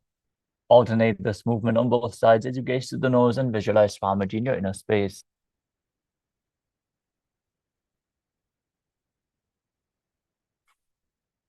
एकैकं पादतलं कक्षो निधाय तिष्ठेत् उच्छीर्षकं भवति. Next up is the Parshva Janukarana. Now stand and keep one leg slightly bent with the toes pointing to the side.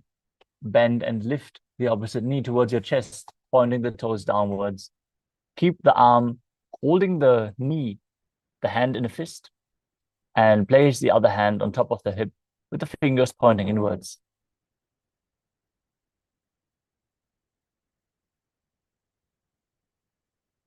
The next asana is Tandavasana.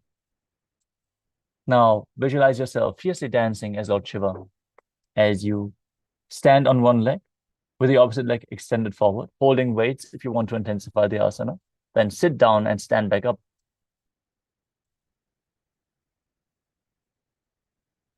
एकेन पादेन स्थातव्यं ताण्डवासनं भवति. Next up is Brahmanasana. As you place the left foot on the opposite hip and stand erect on the mat like a rod, keeping the hands by the side, visualize Lord Brahma blessing you from within as you perform the Mula Bandha. ब्राह्मणासनमावक्ष्ये यत् कृत्वा ब्राह्मणो भवेत्. The next asana is Garudasana 3. Now stand tall and wrap the left leg over and around the right knee, tucking the left toes on the other side of the right calf. Simultaneously cross the left arm below the right and bring your palms together in Namaskara Mudra while visualizing yourself as Lord Garuda. अनगोर्मपीठं च संहस्गारुडमेव च. Next up is Ekavadasana. Now stand straight on the right leg with the left foot on the opposite thigh. Keep your hands relaxed by the knees as you visualize Swamiji in your inner space. क्षाङ्घ्रिं वामपादस्य जङ्घोपरि निधाय च. The next asana is Dhruvasana, the pole star posture. Now stand on the right leg, hold the big toe of the left foot and straighten it out to the side. As you rotate your body quickly on the standing leg, visualize yourself as a North Pole star. एकेन हस्तेन दण्डरूपस्य एकस्य पादस्य अग्रं धृत्वा. Next up is Trivikramasana. As you stand on the right leg, lift the left foot behind your neck and stand tall if you can. Otherwise, you can pull your leg up towards your chest and then alternate sitting and standing as you visualize Lord Vishnu blessing you from within.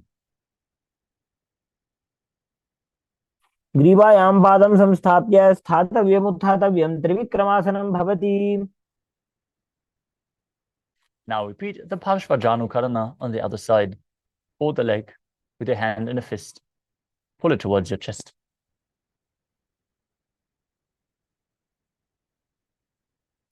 Now visualize yourself fiercely dancing as Lord Shiva as you repeat Tandavasana on the other side. एकेन पादेन स्थातव्यं ताण्डवासनं भवति. Now repeat Brahmanasana on the other side, visualizing Lord Brahma blessing you from within. ब्राह्मणासनमावक्ष्ये यत् कृत्वा ब्राह्मणो भवेत्.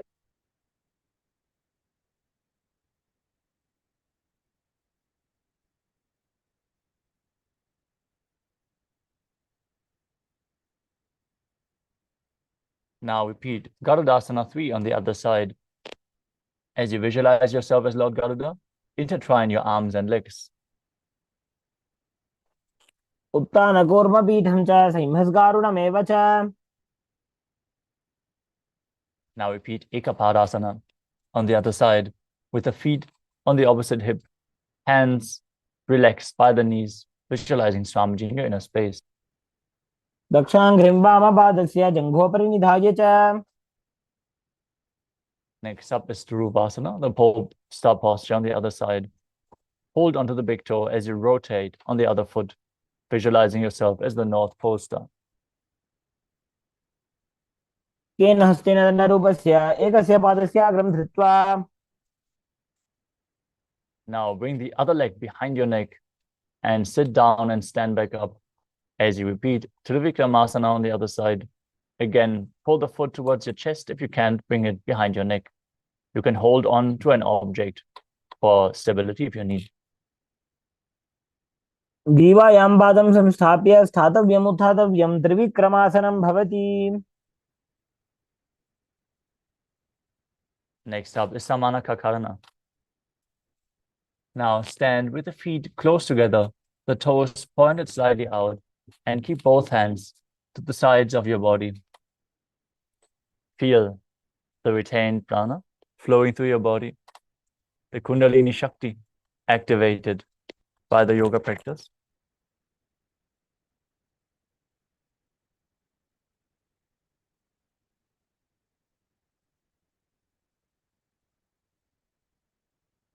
As we are now moving on to the final 100 asanas of the sequence.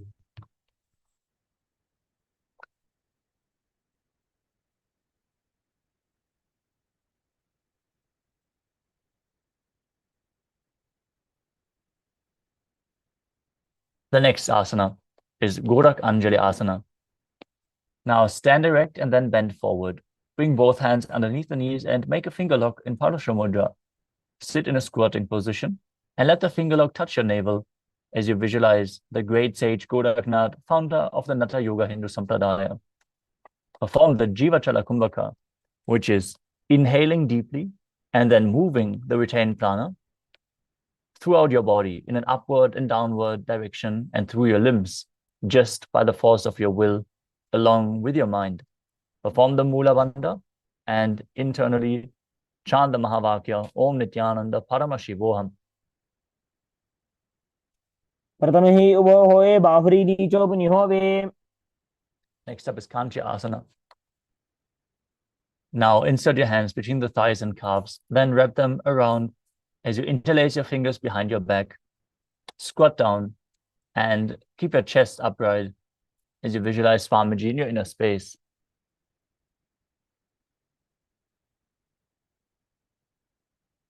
मध्यात् हस्तौ निवेशयानितं मम धृत्वा. Next up is Bhairo Asana.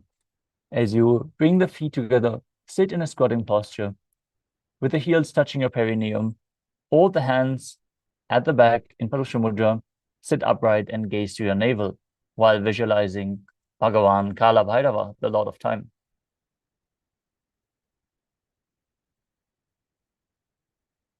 उपग की थलिया की माहली को मिलाई.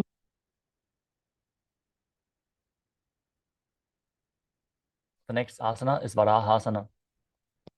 Now squat all the way down to the ground, keeping your feet together, toes apart, as you bring your elbows up close to your head, joining your palms behind your back with the fingers pointing downwards in Anjali Mudra. Gaze to your nose, visualize yourself as a ball, which is one of the 10 incarnations of Mahavishnu.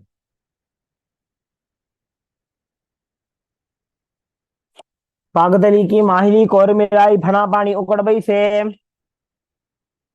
The next asana is Priphitasana. As you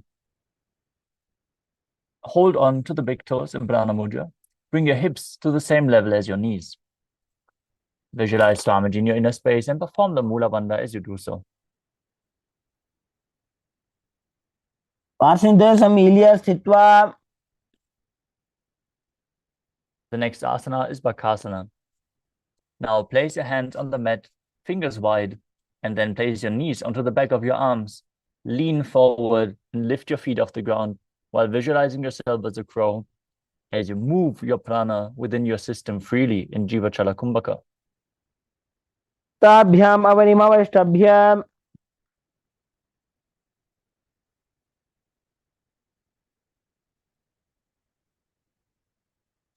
Next up is Sushtanga Kapali Asana. As you kneel down with your head on the ground, place your palms shoulder width apart, spread for support. Raise your body onto your head and bring your legs into Padmasana. As you visualize Swamiji in your inner space, gaze to your nose and perform the Mula Bandha. आसन को गण कपाल आछो होई. Next up is Guptasana. Now, kneel down onto the ground. Keep your toes flat, sitting in between the heels with the toes touching behind your body. Keep your hands on top of your thighs. Gaze to the nose and visualize you are sitting in the secret seat with Paramashiva and Guru. जानोर्भोरन्तरे पादौ कृत्वा पादौ च गोपजेत्.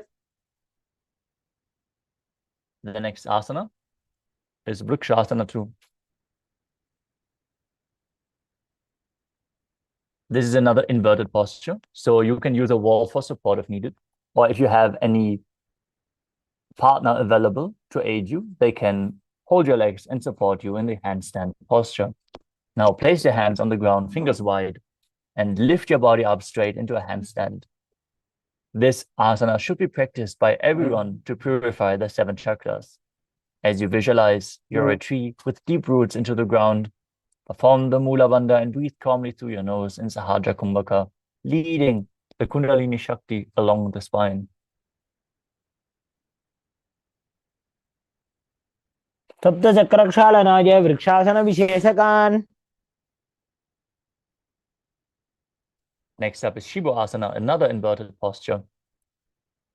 Now join your hands and feet closer together and enter the handstand as you gaze to your third eye and visualize that Tejas energy is flowing to your third eye, rejuvenating your body and bringing the divine radiance. दो पग जोड़ी माही Gulf मिलाए.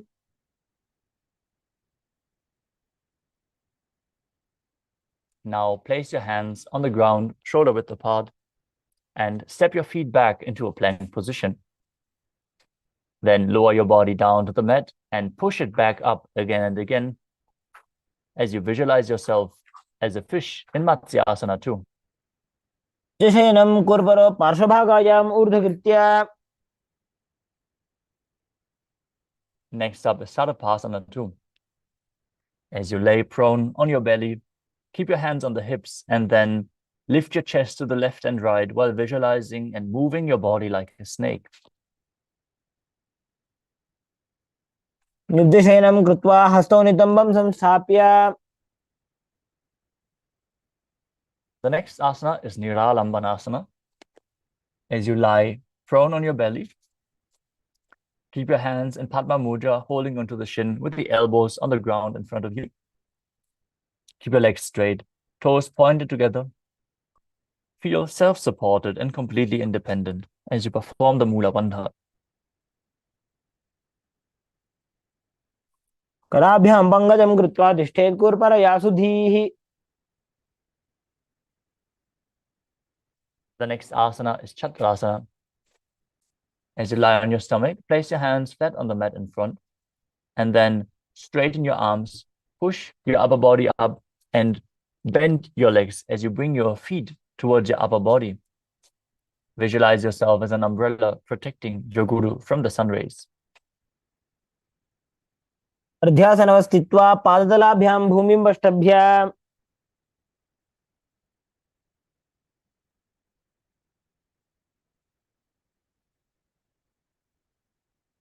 The next asana is Vajrasana. As you sit on your knees with the tops of the feet flat on the mat, bring your butt onto the heels and stretch your arms out in front, placing your palms on the ground and your forehead on the ground as well. Gaze to the nose and visualize yourself as Vajra, the weapon of Indra, symbolizing your indestructibility.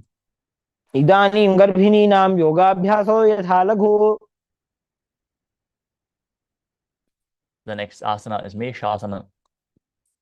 Now place your hands on the ground and push your hips up high into Gajasana.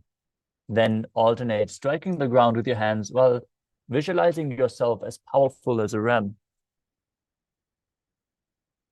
गजासन संस्थितो एकैकं बाहुं भूमौ ताडयेत्.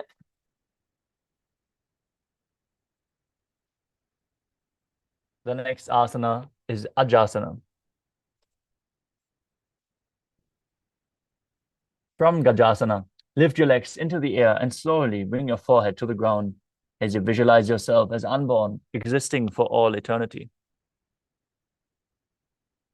गजासन संस्थितो पादद्वयमन्तराळे कृत्य.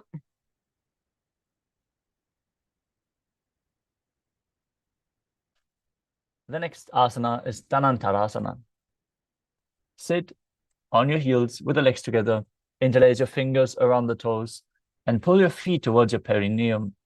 Then place your hands on the respective knees, keep your spine straight and gaze to the nose, while visualizing Swamiji in your inner space as you return to making an ocean-like sound with your mouth in Ujjayi Pranayama.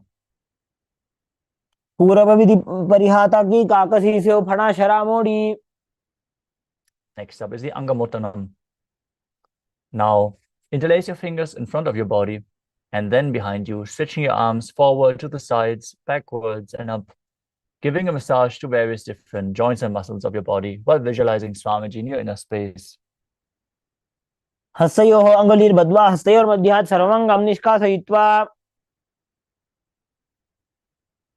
Next up is Garudasana form. Now sit on your heels in Vajradasana with the feet turned outside, with the toes pointing outwards. Keep your thighs and knees resting on the ground with your spine straight, hands on your knees, visualizing yourself as Lord Garuda, flying Lord Vishnu and Lakshmi on his back. जङ्घोरुभ्यां जरां पीड्य स्थिरकायो द्विजानुना. Next up is Ananda Mandirasana. Now sit with the legs folded back, toes pointing backwards, knees wide, holding onto your ankles. As you place the front of your buttocks on the ground, gaze to your third eye and visualize yourself residing in the blissful space of a temple. अथ वक्षे वीरनाथ आनन्दमन्दिरासनम्. The next asana is Mandukasana too. As you sit with the knees wide, feet overlapping on top of your ankles, keep your hands underneath the knees and gaze to your nose. Press your tongue up against the palate of your mouth as you visualize yourself as a frog, performing the Manduki Mudra with your frog tongue as you engage Uddiyana Bandha and Mula Bandha. पृष्ठं सम्पीड्य गुल्फाभ्यां जान्वङ्गे सबलयाकृतिः. The next asana is Narasimhasana. Now keep your toes on the mat, heels up and together. Place your perineum on the heels as you place your palms on the ground with the fingers spread wide, thumbs touching and the base of your hand touching the big toes. Gaze to the nose. Stick out your tongue and exhale forcefully as you visualize Narasimha, the lion man avatar of Lord Vishnu. दो फणा पानी होए वैसे एड़ी Mailer गुदानी वैसे. The next asana is Bhishrakasana. As you sit on the toes and place your perineum on the heels, with the heels raised off the ground, separate your knees, place them on the ground, make a hollow of your palms, place it over your mouth as you keep your thumbs under the teeth and close your lips. Inhale through the right nostril and exhale through your mouth in Vishraka Pranayama as you gaze to the nose and visualize yourself as Devi, victorious over any and all minuscule fears you might have. दो पगां की एड़ी जोजी गोड़ा फनो बान बनी होई. The next asana is Makadasana. As you keep the soles of the feet together, top of the feet on the ground, sit on your heels and bend your elbows, bringing the fingers to your armpits. Imitate as if you were a monkey scratching itself. Visualize yourself as a playful monkey as you gaze to the third eye and perform the Mula Bandha. दो पगदली संपुट आने तिनकी पृष्ठी भूमि पर इठाने.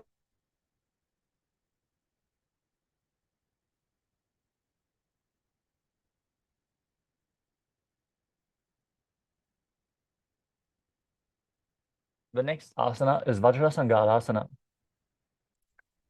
As you stand on your toes with the soles of the feet together, sit on top of the heels with the knees wide and off the floor.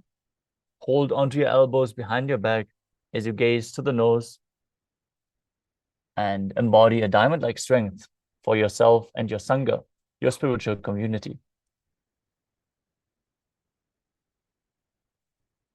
प्रथम बना पानी हो बैसे दो एड़ी गुदा निवैसे.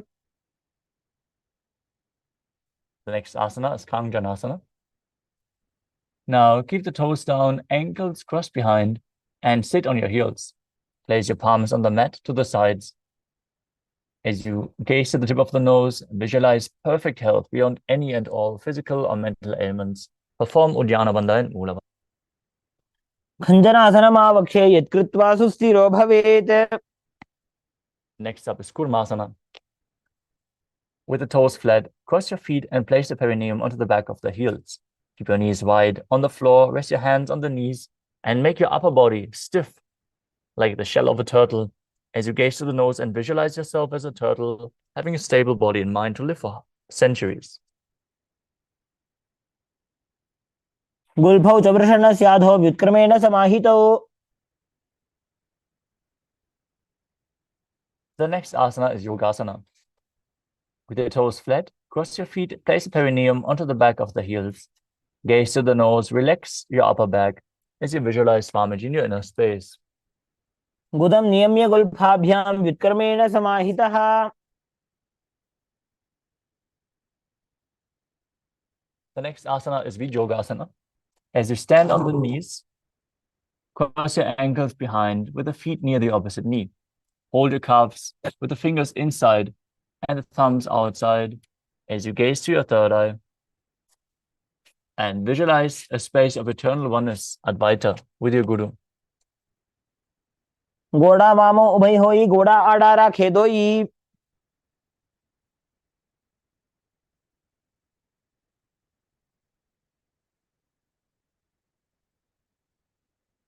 The next asana is Ushtrasana too. In the kneeling position, bend backward, hold your ankles with your hands, and keep your arms straight, pushing your hips forward, tilting your head back as you visualize yourself as a camel. मेरुदण्डग्रन्थिदाढ्य संविपादैः पुमान्. Next up is Jatyasana too. With your heels together, hands on the soles of the feet, slowly lean back. Bring your elbows to the mat, followed by the back of your head. Gaze to the nose and experience yourself as a lotus blooming. दो एड़ी संपुट करे 16 मूल त्वारित निधरे. The next asana is Viratasana. As you sit on the knees with the thighs and calves together, lean back and touch your back to the ground, then rise back up. Do this again and again. You can use the support of your hands if needed, as you gaze to the nose and visualize the healing and liberation of all causal, subtle forms of your body. जंगा पृष्ठभूमो निधाय जंगोदरयोः ऊरुनि संस्थाप्य.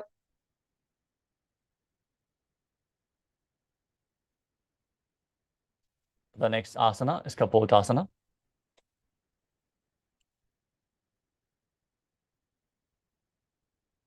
From Virabhadrasana, raise your hips even higher. Bring your forearms on the mat and hold the back of the heels.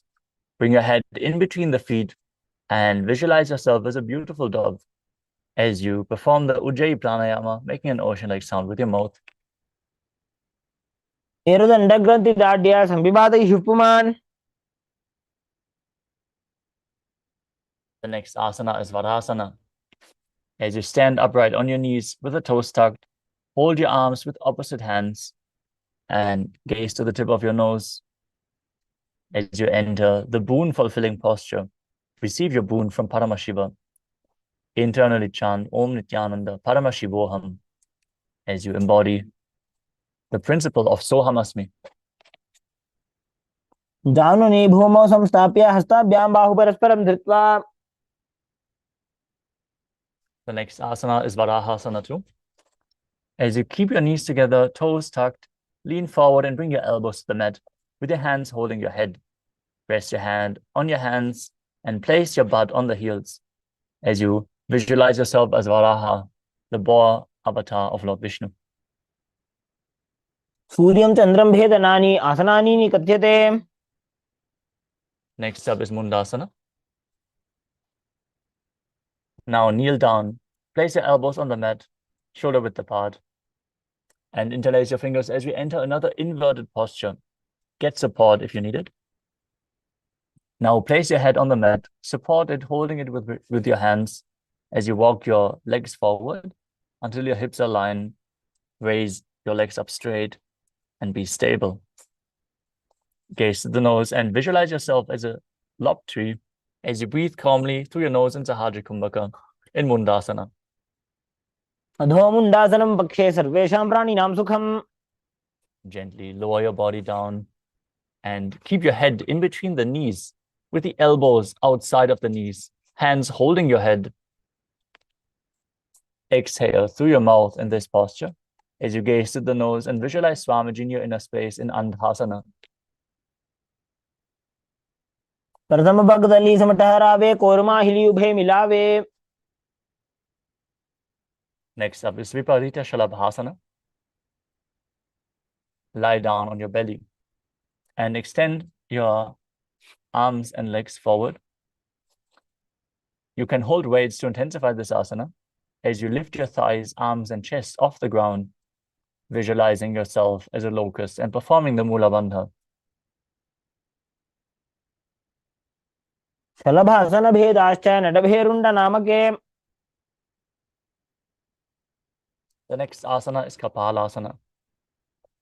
Lie on your belly, arms at the side, palms down. Place your forehead on the ground and lift your legs up as you visualize a skull, representing the mind with purified thoughts and the strong will to attain enlightenment. बालं भूमौ निधाय ऊर्ध्वं पादौ नयेत्.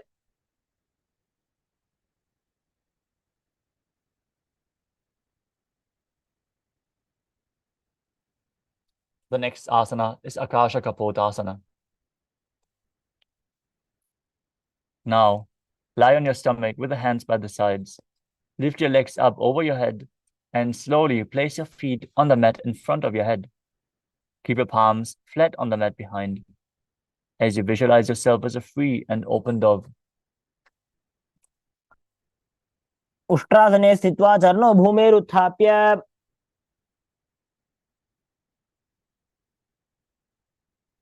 The next asana is Chatakasana. As you sit on your knees, bring the chest down so your navel touches the knees and keep your hands flat on the mat, forearms on the ground. Be sturdy as you visualize yourself as a sparrow. कूर्परपर्यन्तौ हस्तौ धरामवष्टभ्य.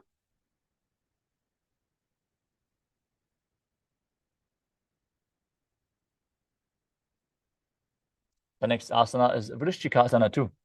Now kneel down, hands and elbows on the mat, and then raise your legs. Bend your back and touch your feet onto your head if you can.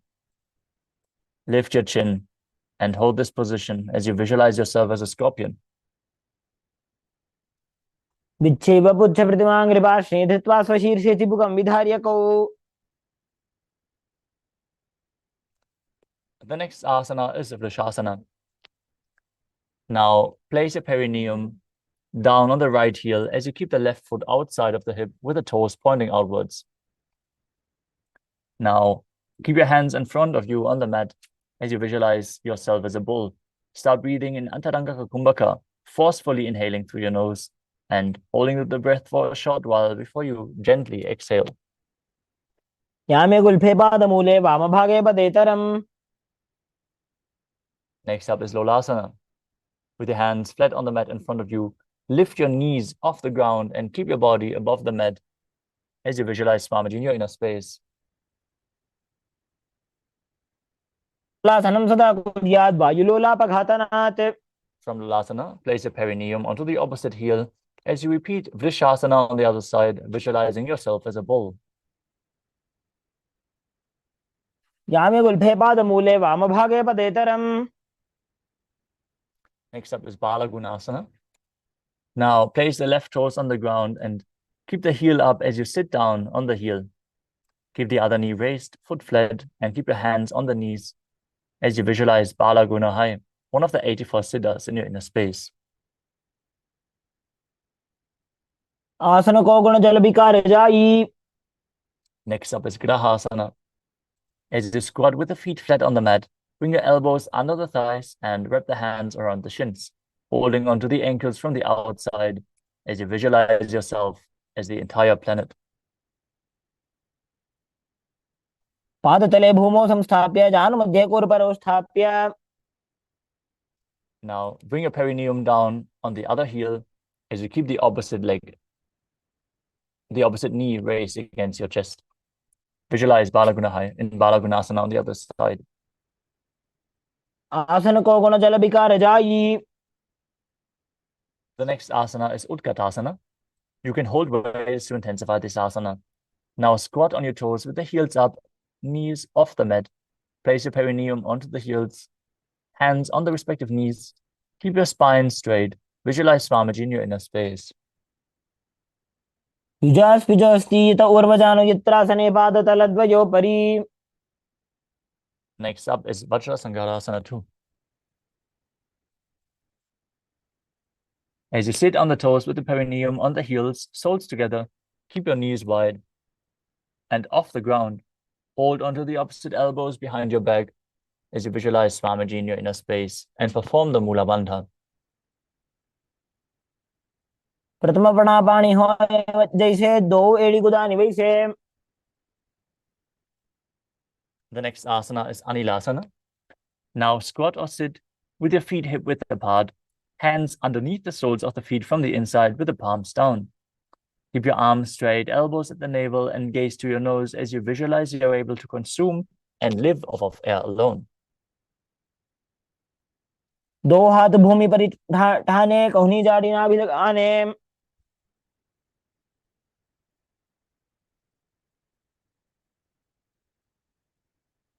The next asana is Padukasana. Now place the back of your hands onto the mat with the fingers facing towards your body and step onto your hands, wrapping your hands around the feet like a shoe. Start walking around and visualize yourself wearing padukas, walking across India. हस्ततलयोः पादतले कृत्वा.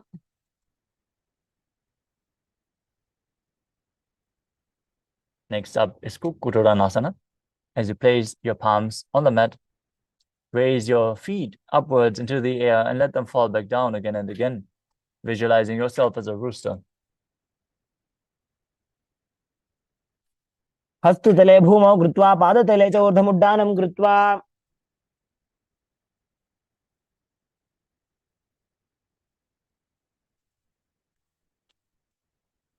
The next asana is Viparita Nrityasana. Now place your hands on the mat and raise your legs upwards into a handstand. Move around on the two hands dancing as you feel yourself become free of all inhibitions. हस्ततलाभ्यां भूमिं वष्टभ्य.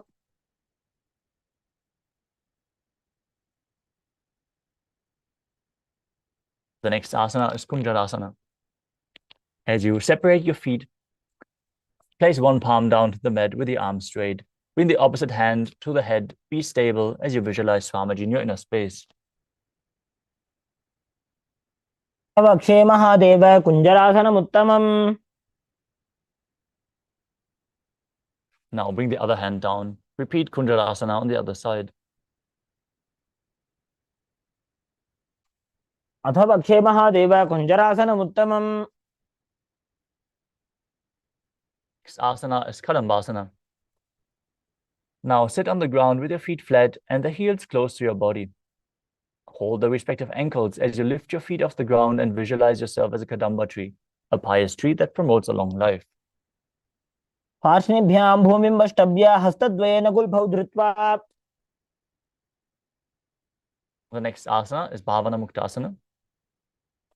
As you sit with the heels at the perineum, hold your knees with your hands and pull them against your chest. Visualize that any excess vata is being released from or balanced within your system. Perform the Mula Bandha as you do so. द्वयोस्तु पादयोः पाणिं लात्वा स्वस्वनितम्बके. The next asana is Chakorasana. As you sit and lift one leg behind your head, place both hands flat on the mat and extend the opposite leg up with the knees straight. You can bring the leg over top of your shoulder if you can get it behind your head, and then lift your body off the mat, visualizing yourself as a powerful source of energy as you gaze to your third eye. पूर्वतानं चतुष्पादपीठं वज्रासनं तथा. Next up is Dhanurasana 2. As you sit on the ground, hold the big toes in Prana Mudra. Keep one leg straight and pull the other foot towards your ear as you visualize yourself as a bow.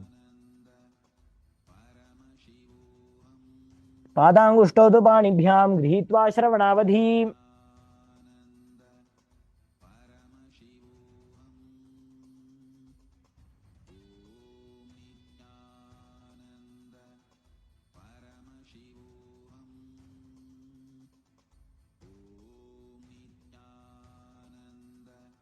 The next asana is Ashtavakrasana.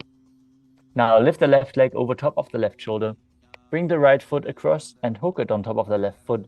As you lean forward and down while extending the legs out to the side, lift your head up and chest, find balance and visualize yourself as a flying crane. वासिष्ठमतकौण्डिन्यमूर्धकुक्कुटमेव च. The next asana is Pranasana. Now place the right foot on the left thigh, left foot flat on the ground. Press the right knee down as you bring your left shoulder underneath the knee. Visualize you're immortal and able to exist solely from prana as you gaze to your third eye. एतत् प्रभेदं वक्ष्यामि करोति यस्य चामरः. The next asana is Parshvamatyendrasana. Now place the right foot at the root of the left thigh and then place the left foot over top, flat on the ground with the knee raised.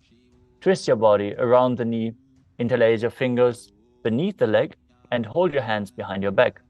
Gaze to your third eye as you visualize Matsyendranath, the master of Hatha Yoga. पार्श्वाभ्यां धृत्यते यास्तो पार्श्वमत्स्येन्द्रमुत्तमम्. The next asana is Chakorasana. Now repeat Chakorasana on the other side with the leg behind your neck, lifting your entire body up while visualizing yourself as a powerful source of energy. पूर्वतानं चतुष्पादपीठं वज्रासनं तथा. Next up is Dhanurasana 2. Hold on to the big toes, pull the other foot towards your ear while visualizing yourself as a bow. पादाङ्गुष्ठौ तु पाणिभ्यां गृहीत्वा श्रवणावधि. Now repeat Ashtavakrasana on the other side, bringing the right foot over the shoulder, poking the foot across, extending the legs to the side and balancing above the mat while visualizing yourself as a flying crane. समथकौण्डिन्यमूर्धकुक्कुटमेव च. Now repeat Pranasana on the other side. As you bring the shoulder underneath the raised leg, visualize you're immortal and able to exist solely from prana. एतत् प्रभेदं वक्ष्यामि करोति यस्य चामरः. Now repeat Parshvamatyendrasana on the other side. Twist your body around the raised knee and interlace your fingers behind the back. पार्श्वाभ्यां धृत्यते यास्तु पार्श्वमत्स्येन्द्रमुत्तमम्. The next asana is Ardha Paschimottanasana. Now keep one leg straight and press the perineum with the other heel. Lean your chest forward and down, hold onto the front foot. Visualize Swamiji and perform the Jiva Chala Kumbhaka, moving the prana around in your body by the strength of your will. एकं पादं प्रसार्य एकं पादस्य पार्श्वनासीवनी सम्पीड्य. Next up is Kranchasana. As you place your left ankle outside of the hip, hold the sole of the right foot and lift the leg up towards your forehead. Keep the knees straight, gaze to the nose, and visualize yourself as a crane. उत्तानपादं क्रौञ्चं च मरीचिं वीरभद्रकम्. Now repeat Ardha Paschimottanasana on the other side, holding onto the front foot, visualizing Swamiji in your inner space. एकं पादं प्रसार्य एकं पादस्य पार्श्वनासीवनी सम्पीड्य. Now repeat Kraunchasana on the other side, bringing the other foot outside the hip, opposite leg extended up in front of your face, visualizing yourself as a crane. उत्तानपादं क्रौञ्चं च मरीचिं वीरभद्रकम्. Next up is Swastikasana. Now sit with the soles between the thighs and calves. Keep your spine straight, palms resting on the knees. Embody peace, well-being, good fortune, and prosperity as you visualize a swastika in your inner space. अनोर्वोरन्तरे सम्यक् कृत्वा पादतले उभे. Next up is Gorakshasana. Maintain the same position, but cover your heels with your hands as you gaze to the tip of the nose. Visualize Sage Goraknath and perform Jalandhara Bandha and Mula Bandha. जानोर्वोरन्तरे पादौ उत्तानौ व्यक्तसंस्थितौ. Next up is Bhagasana 2. Bring the left heel to the perineum and place the right foot on top of the left thigh. Now, gaze to the third eye, perform the Mula Bandha and visualize Swamiji in your inner space as you meditate on Arihanta, the enlightened one, as you enter the Shanmukhi Mudra, closing all the five senses, the mouth with little and ring finger, the nose with the middle finger, the eyes with the index fingers, and the ears with your thumb as you exhale fully. वामपार्श्वमुग्धं संस्थाप्य. Next up is Yogasana 2. Now place your feet on top of the opposite knees. Place your hands on the ground beside you with the palms facing up. Keep your spine straight. Gaze to the nose and visualize Swamiji in your inner space as you perform Kakachantra Kumbhaka, rolling up your tongue and inhaling through the rolled up tongue as you keep your mouth in the shape of the beak of a crow. उत्तानौ चरणौ कृत्वा संस्थाप्य उपरि जानुनोः.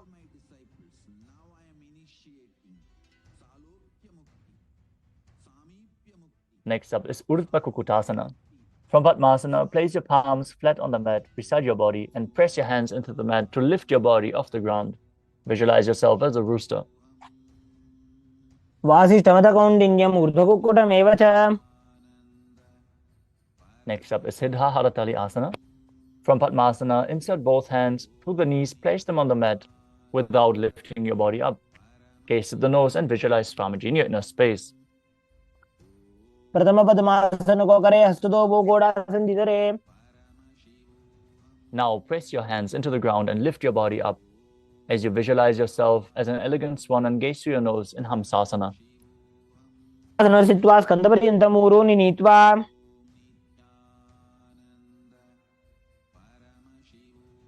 Next up is Karmukasana.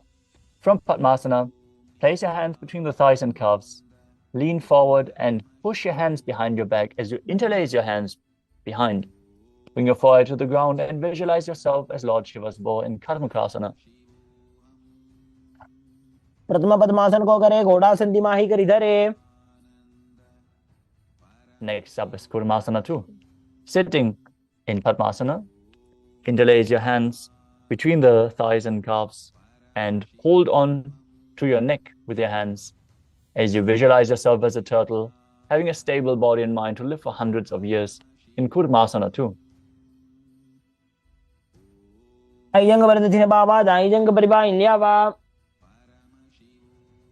From the same position, tuck your chin to the chest, contract the perineal region, gaze at the nose, rejoice knowing you're sitting in Shiva's secret knot posture. Granthi Bhedasana. अधवक्षे Neelkanth ग्रन्थिभेदासनं Shubham. The next asana is Uttana Kurmasana. From the same position, roll onto your back, interlace the hands below the legs and hold onto your neck as you embody a turtle laying on its back. Gaze to the nose as you do so. कुक्कुटासनबन्धस्थं कराभ्यां. Next up is Pangu Kukkutasana. Now sit in Padmasana and place your both hands between the gap of the thighs and calves.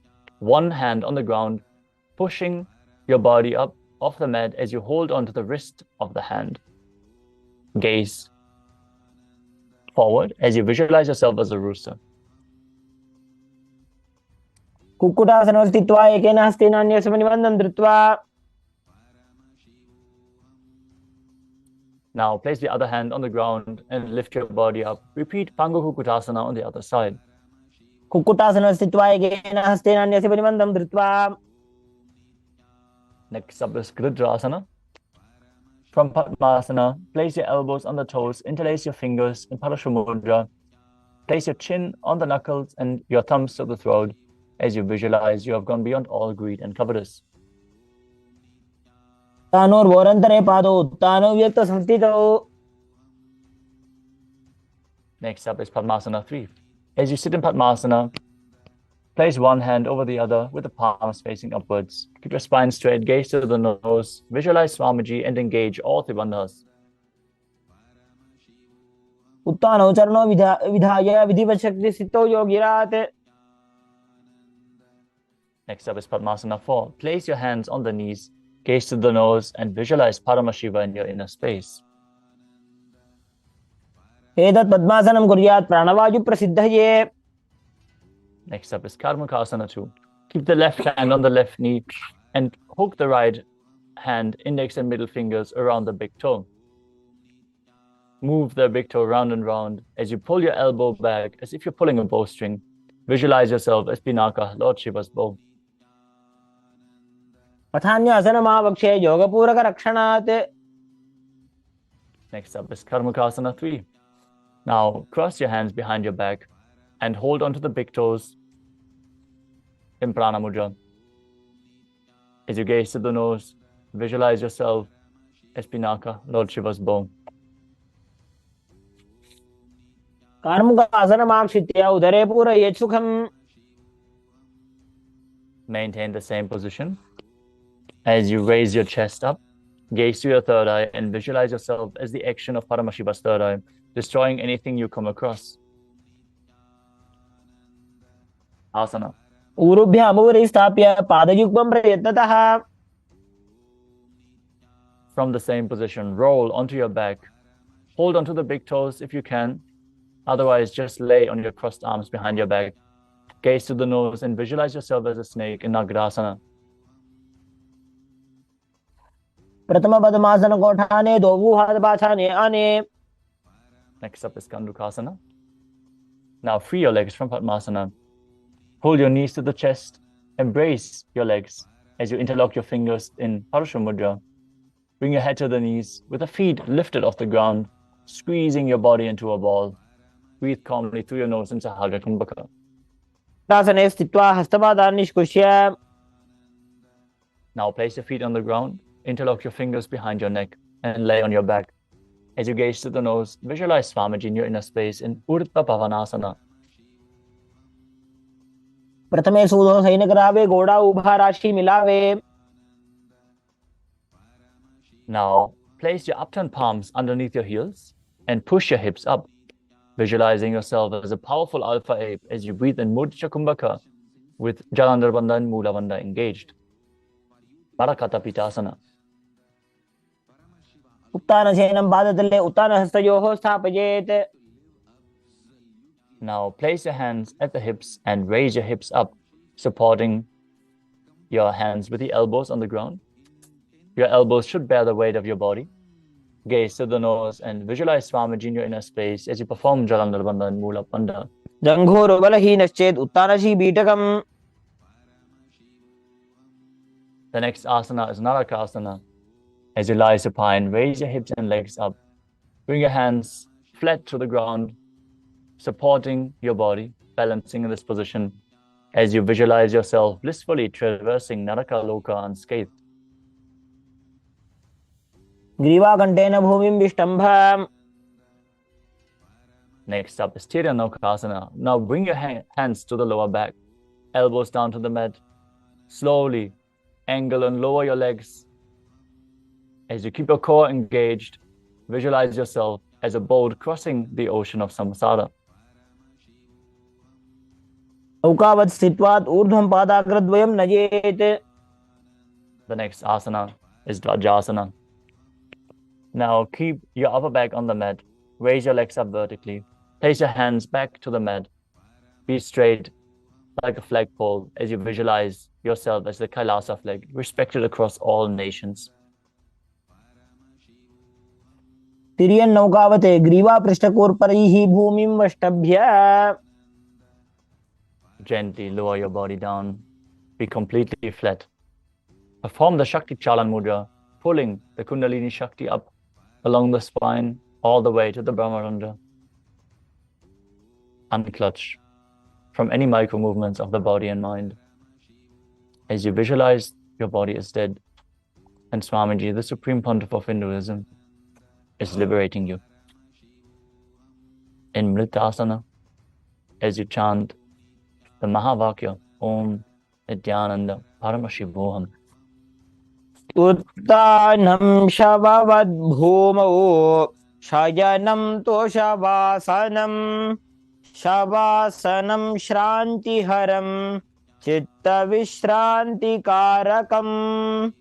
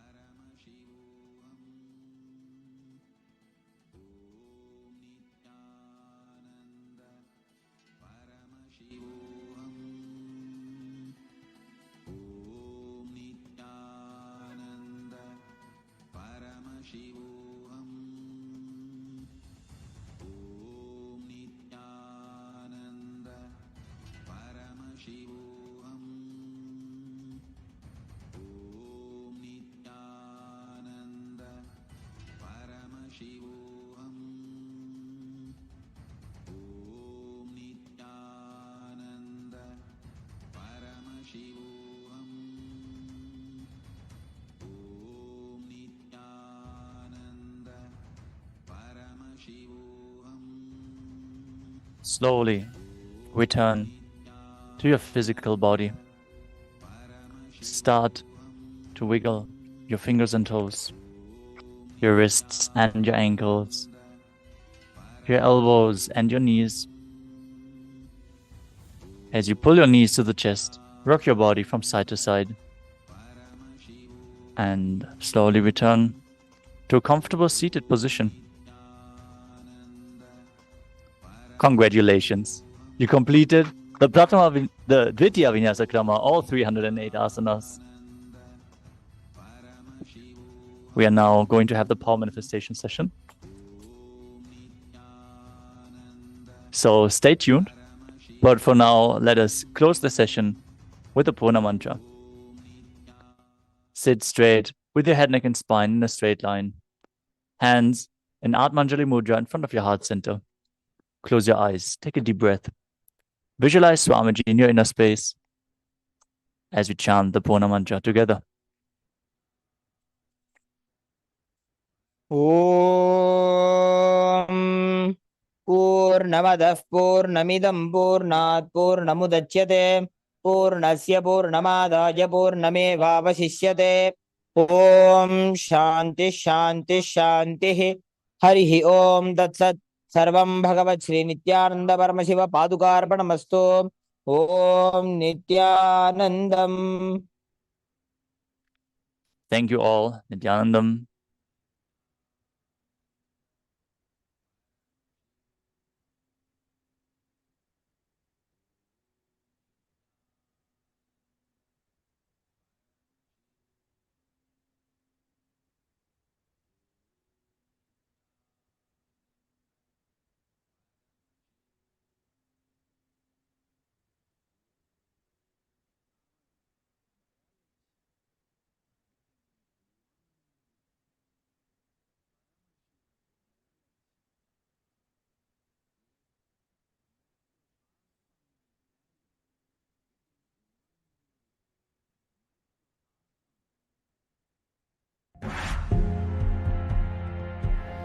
First thing I want to tell you, third eye can be opened. Second thing I want to tell you, for the sake of God, please open it. Third thing I want to tell you, do not believe the fellows who say it cannot be opened or it should not be opened. Third eye has a capacity to make anything you want as reality. Taste the first breakthrough, conscious breakthrough guaranteed. It is all about opening your third eye, giving you first conscious breakthrough. Any human being can go through these initiations and have this superconscious breakthrough, manifest these possibilities and powers. It is possible for all of you. If these words reach your ears, I am talking to you and it is for you. I welcome, O humanity, come, it is time you experience superconscious breakthrough.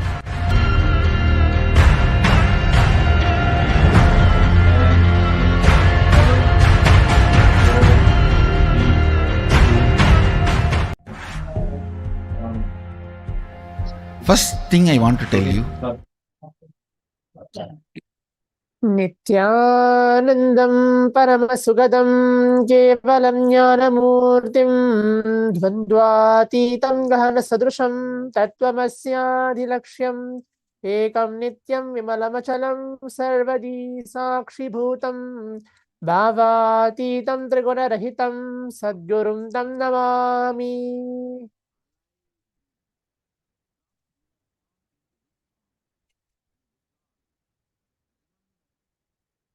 Nithyanandam, we welcome all the Paramashivoham participants here who are being seated for this exciting power manifestation session right after the Nityananda Yoga, the performance of the Dvitiya Vinyasa Krama, the 308 asana sequence blessed by the Supreme Pontiff of Hinduism. Now, let us all get ready. We're going to be manifesting the powers for the next 21 minutes. In today's power manifestation, we're going to be looking into the power of manifesting through the third eye, reading and seeing with our eyes completely blindfolded. So requesting all the participants to please be seated. Please turn on your cameras as we're going to begin with the power manifestation.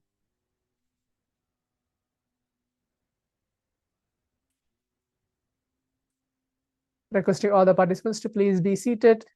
I can see many of them have gone to maybe change their clothes after the Nityananda Yoga. Please be seated now.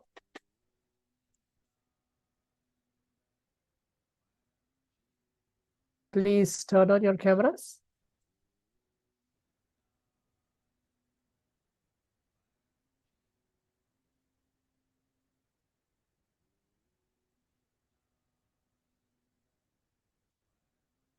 We're going to be manifesting the power of seeing through the third eye today.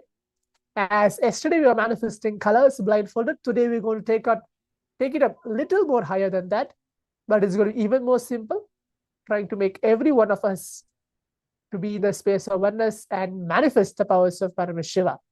So please be seated as we're going to enter to the exciting power manifestation today.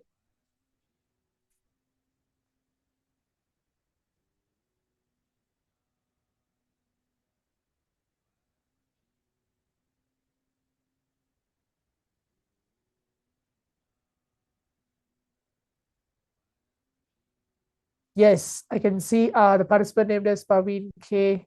Any other participant, please have turned on your camera. Shivataran, I've seen you maybe doing yoga. Very good. Please turn on your cameras also.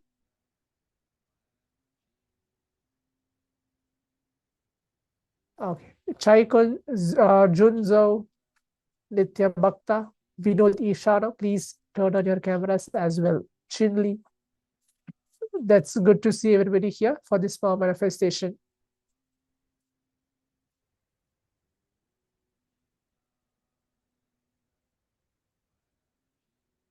Requesting all the participants to please bring your IBANs, pen and paper, please be seated as how we have been seated for the yesterday's power manifestation. We are going to be manifesting many more extraordinary powers throughout the day. This is going to be just the beginning of the power manifestation today. So please bring your IBANs, pen and paper, please be seated. If you don't have an IBAN, even just a piece of a cloth, it's fine. Please bring something to blindfold yourself and please be seated for this power manifestation. Do not blindfold yourself now. Just make sure you're just being seated.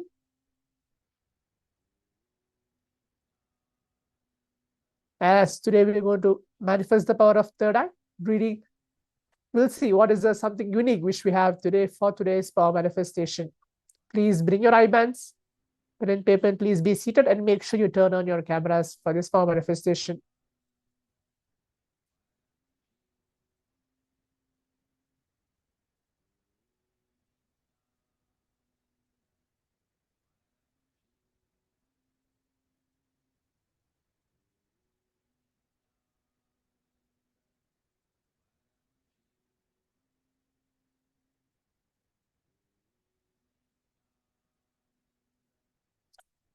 As the Supreme Pontiff of Hinduism, Swamiji very beautifully tells that every single power manifestation in these Paramashivoham sessions, which we are guided, blessed, and made manifested, every single Bhava Samaya Darshans which we got every day.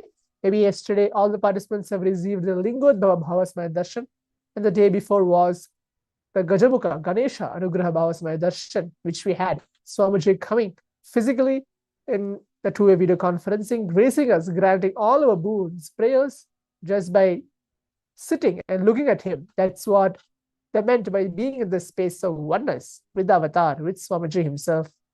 And right after those beautiful darshans, we are having the power manifestation, experiencing, manifesting the powers of Paramashiva. That was very beautiful sessions which we had for the past 2 days.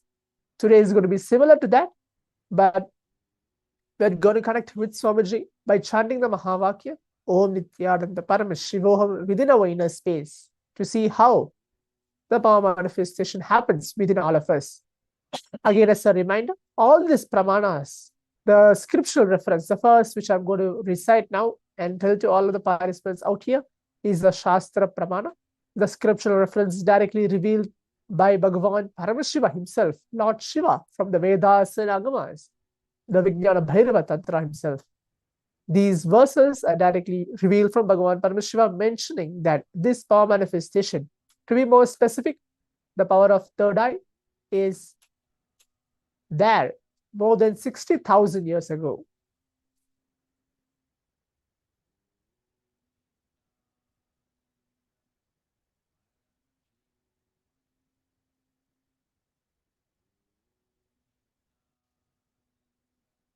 Now, I'll be reciting the Shastra Pramana, which I just mentioned, the scriptural reference directly revealed by Bhagavan Paramashiva. I'll be telling the translation even for that verse, and then let us all get ready for the exciting power manifestation today. Kapala antarmano nyasya tishtanmilitalochanaha kramena manaso dhadyad lakshayed lakshamuttamam. The translation goes, by fixing the mind on inner space within the crown center and sitting stably without any movement, having the eyes closed in succession, by the stability of the mind and inner space, through the power of the third eye, one directly sees the ultimate goal, Lakshyam, by having vision beyond the sight that reveals any object or place, attaining the space of oneness with the source, Paramashiva himself. For all of us, the Supreme Pontiff of Hinduism, Swamiji. So this is the Shastra Pramana which I've just recited, the verse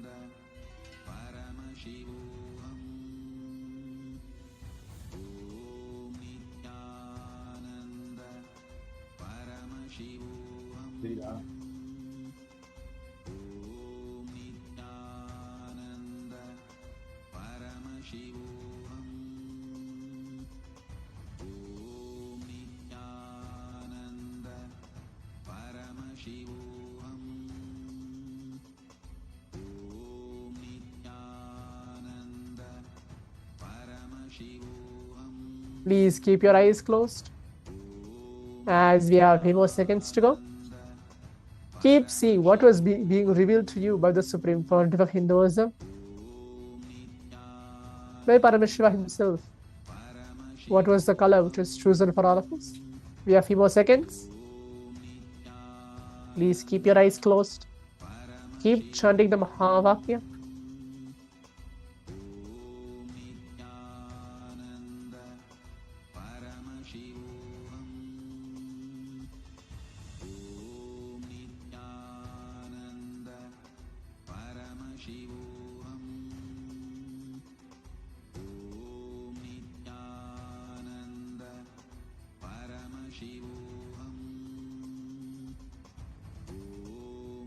Now requesting all the participants, we can relax, remove our eye bands and open your eyes.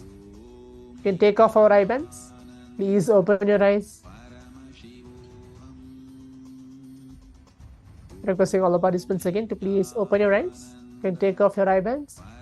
Now please take a few minutes to type out your message, your answer on the Zoom chat telling what was the color which was revealed to you for this round 1 of the power manifestation. What was revealed to you by Swamiji, by Paramashiva? From the color red, blue, black, yellow and orange. Any one of these colors are now chosen already and the round 1 has been completed. So now please, the next step is verifying what was revealed to you for this round 2 of the power manifestation. Let's take a few minutes now to please leave a message on the Zoom chat.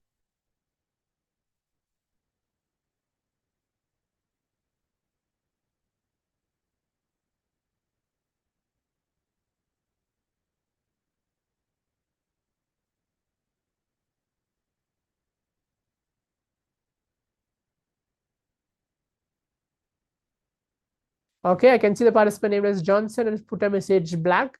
Okay, please continue. Please leave the message of telling what was the color which is chosen or revealed to all of us for this round 1 of the power manifestation. Please leave the message in the Zoom chat before we move on to the next step as actually seeing what was the real color which was chosen for all of us.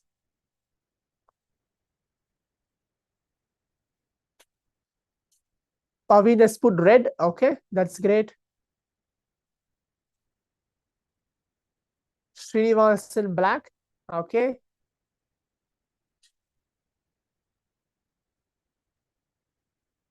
Please leave the message. If you have not seen anything, if you have seen even more than those colors, please leave even that. Doesn't need to be just, you're just seeing those 5 colors.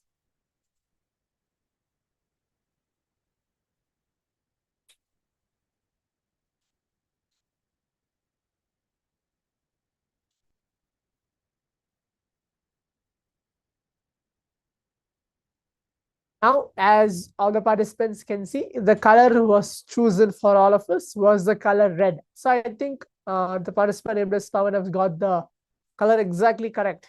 Is the color was chosen was the color red for this round 1 of the power manifestation. So that's a great idea. So now we'll move on to the round 2 of the power manifestation. Requesting all the participants to please now keep your eyes closed. Please blindfold yourself. As now we are beginning the round 2 of the power manifestation. Again, it's going to be same.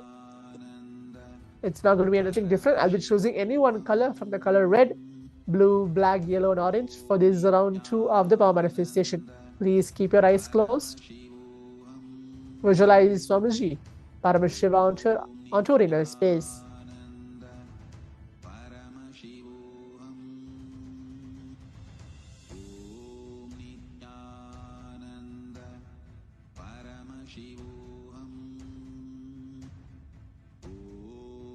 Please keep your eyes closed.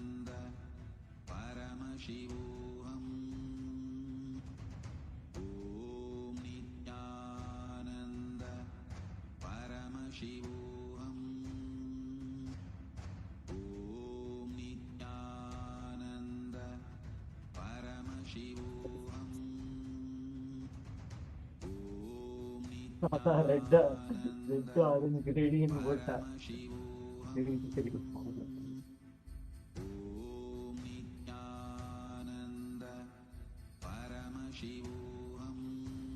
Now the round 2 of the power manifestation has begun. Please chant the Mahavakya. Please close your eyes.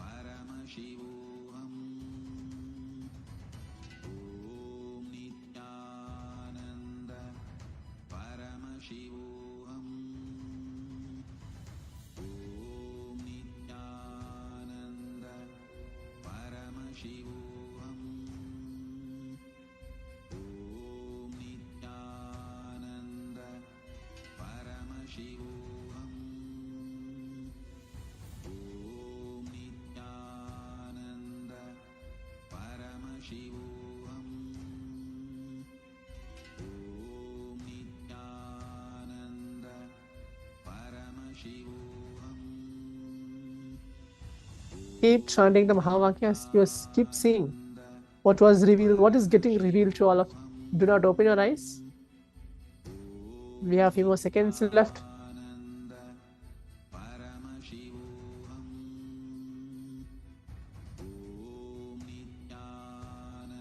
Please keep your eyes closed.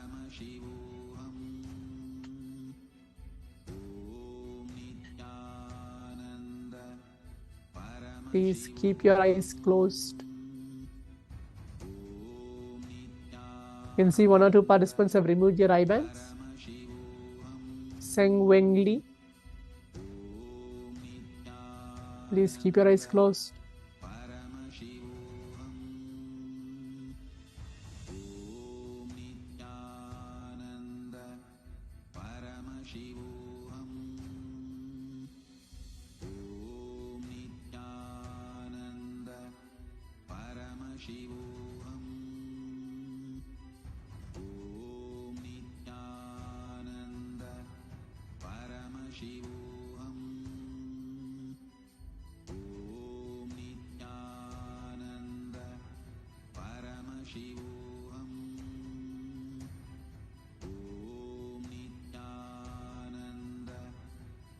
Now requesting all the participants. We can take a few minutes now. You can remove your eye bands, open your eyes. Take off your eye bands and open your eyes now. The round 2 of the power manifestation is completed. Please open your eyes.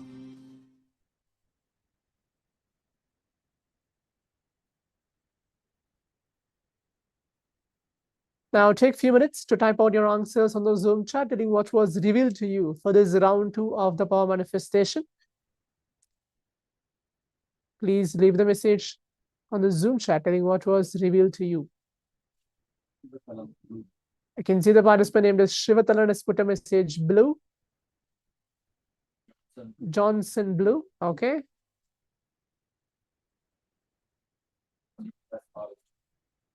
Srinivas orange, okay. Continue to leave the message as we have a few more seconds to go ahead to the next step of actually verifying. Pavan black, okay.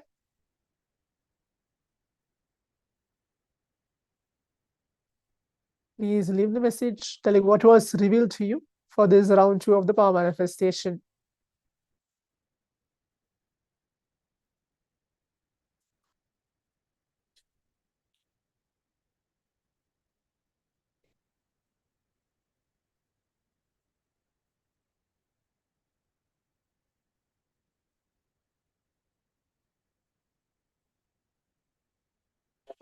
Now, as all the participants can see,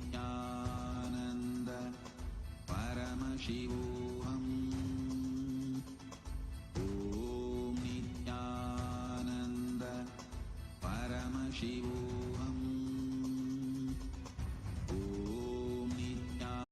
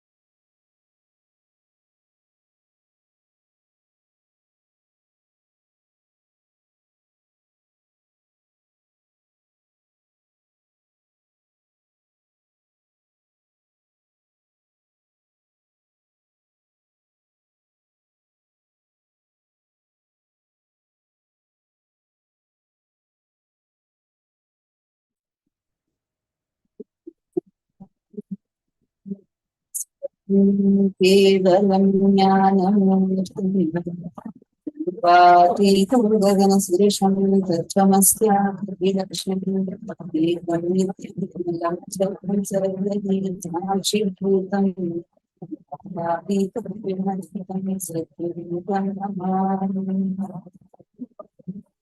we can about spend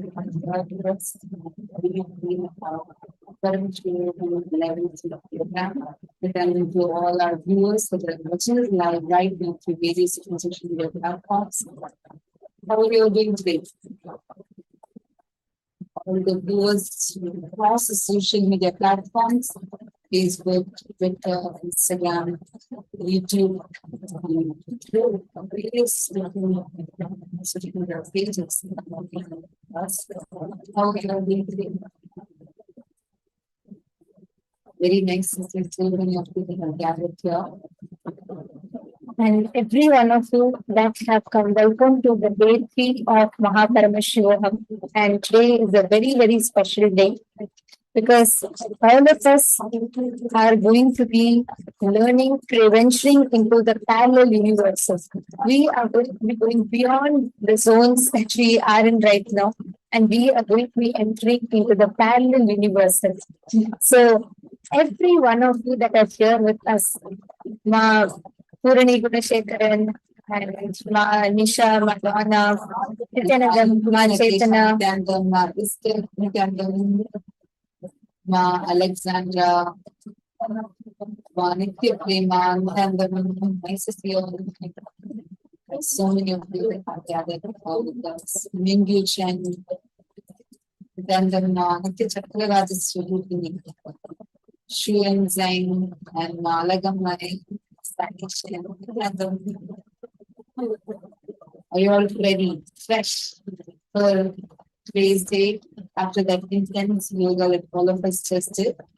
And most importantly, today is a very, very special day because today all of you are going to be having a powerful initiation where you are going to be traveling to the parallel universes to meet your ancestors.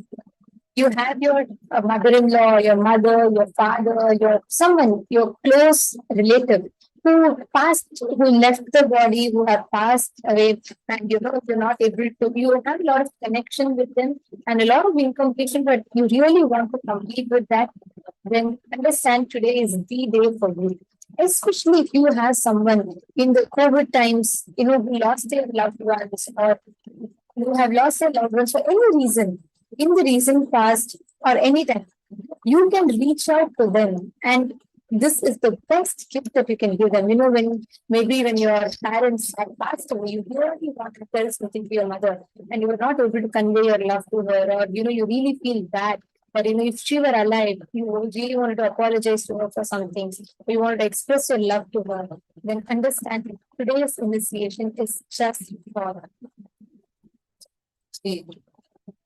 So it's going to making all of this raising the such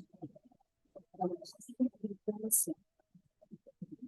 Even if it's a functioning for visualize something, nothing is relation of the skin.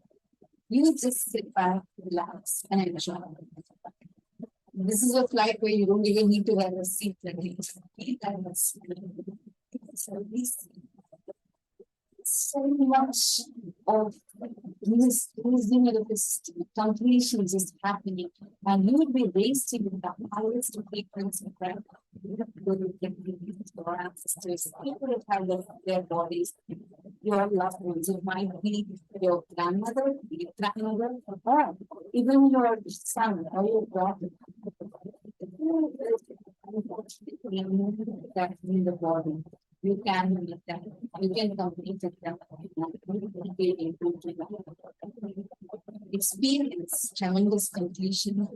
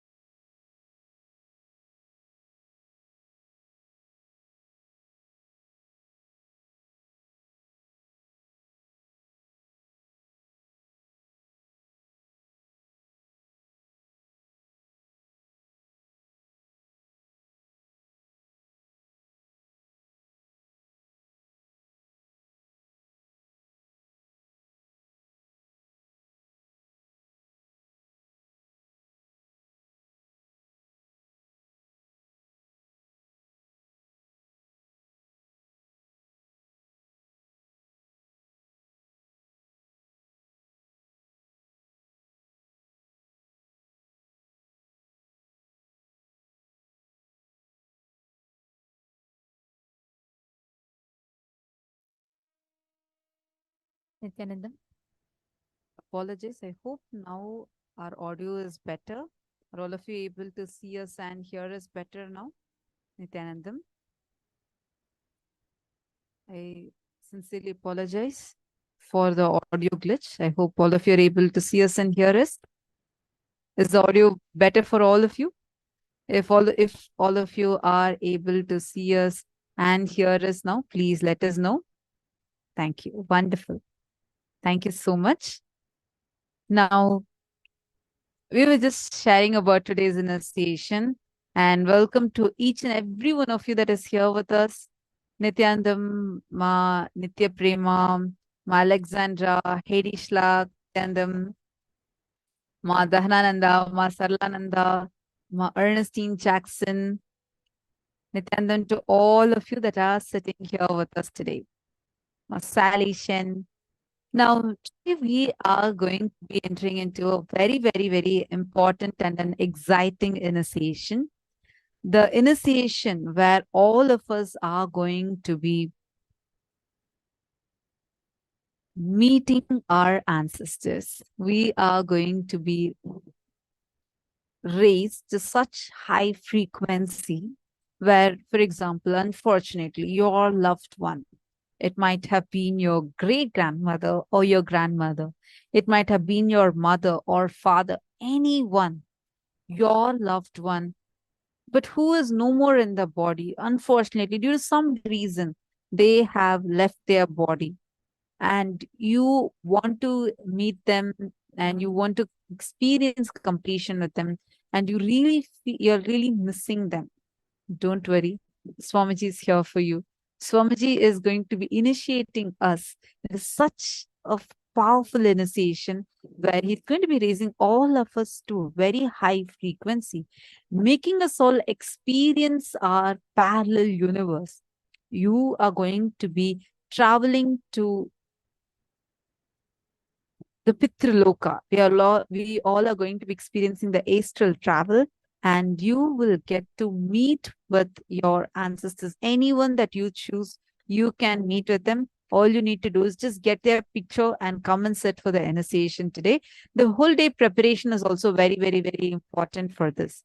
So I request all the participants that are here with us, make sure that you are continuously tuned in and attend the program as much as possible, and get all the people, whoever you feel that they really should not miss this, go ahead, phone them and get them here to attend the program. And especially if you know someone, there has been tough times, COVID, and there's been many people who have lost their loved ones, near and dear ones, too early in their life, and they have, so many of us carry that attachment, because for us, people are a part of us. Understand, every relationship in your life that you have are the people who are part of your life. They're not just someone who's there and who left, but they're a part of you. There's an extension of you.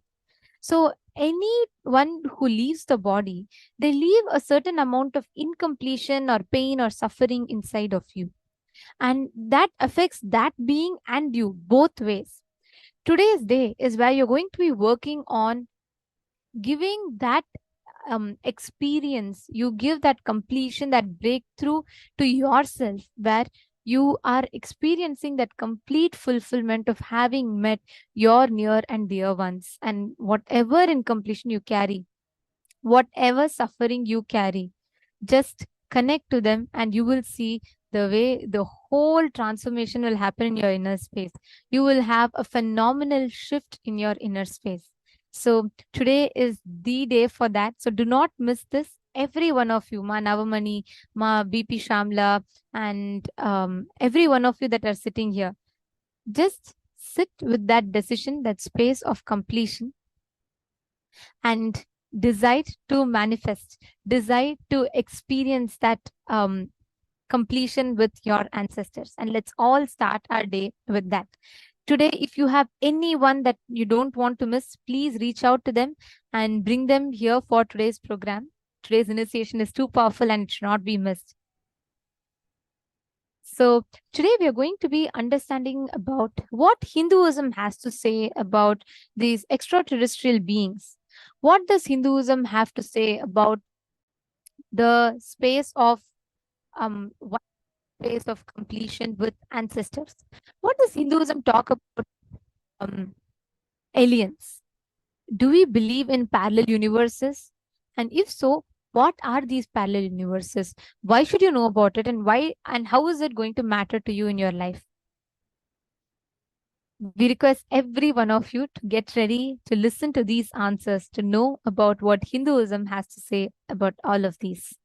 And now, in the first session today, we are all going to be understanding and learning about these parallel universes. And the very first session we are going to be learning is about the Salokya Samadhi. We all are going to be entering into the session where Swamiji is going to be explaining what is Salokya Samadhi and how one can experience this space of Samadhi. Let's all listen to the revelation of from Swamiji.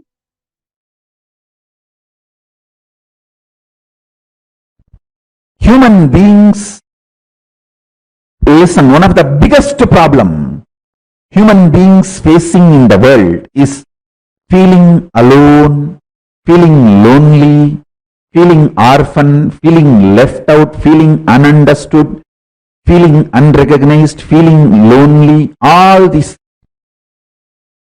Feeling lonely in different ways. When you make Paramashiva feel you are part of him, he makes you feel you are part of him. Then it is win-win for both in the life. You win, he wins.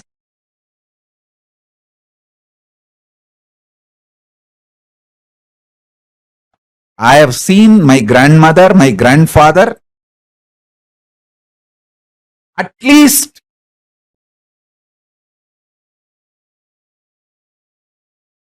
100 people in my life. I have seen. Not one day they will miss Atmartha Puja and Parartha Puja, both. They will not miss the Atmartha Puja in their home, and they will not miss even one day going to Arunachaleshwara temple and worshipping. In that 100 people, I can name the list.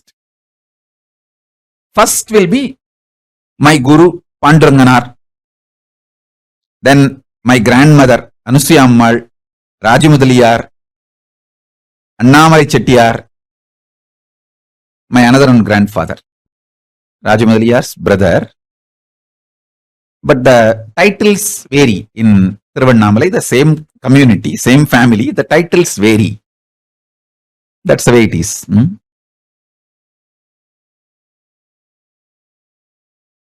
And at least 25 Shivacharyas I can name. I know them personally because I had been to their house many times. And any time, sometimes early morning also, they will send me to bring their bag. Many times I have seen, not one of them will miss even one day their Anmartha Puja. Even though they are only doing puja in the main temple Garbhamandir, even though it is their routine to come and perform the main temple puja in Garbhamandir, the main Arunachaleshwara's Parartha Puja, they will not miss their house Anmartha Puja. They will finish their Anmartha Puja and then come for temple Parartha Puja. How I will know that they have done their Anmartha Puja, you know? If they have finished their Anmartha Puja and came to temple, whenever they send me to their home to bring their bags or any water can or something they left, forgot in the house, when I go there to bring, always the family people, they will give the prasadam which was kept in the morning for Anmartha Puja. Thambi prasadam saaptu pogane. They will always give that prasadam, sugar candy or the banana. Whatever was kept in the Anmartha Puja, they will never miss giving that prasadam. That's the way I know. Understand? Arunagiri Ishra elaborately explained this to me. People who are responsible to keep the ecosystem alive, their level of commitment, intensity, sincerity, and responsibility, all that is much higher than ordinary devotee who comes and goes. That is why I always tell people, the commitment of the sannyasis in our Sangha is completely different, because you are not committed only to me, you are committed to this whole ecosystem. You are committed to keep this ecosystem alive. The sannyasis and Kailasa, whether you are a Krama Brahmachari, or Naishtika Brahmachari, or Apat Sannyasi, or Purna Sannyasi, or Grihastha, if you have become Kailasavasi, your commitment, your responsibility is totally different, because you are committed to keep the ecosystem alive. Even if you are a Balasant in Gurukul, you have committed to keep the ecosystem alive. You cannot compare yourself with a devotee who comes and goes.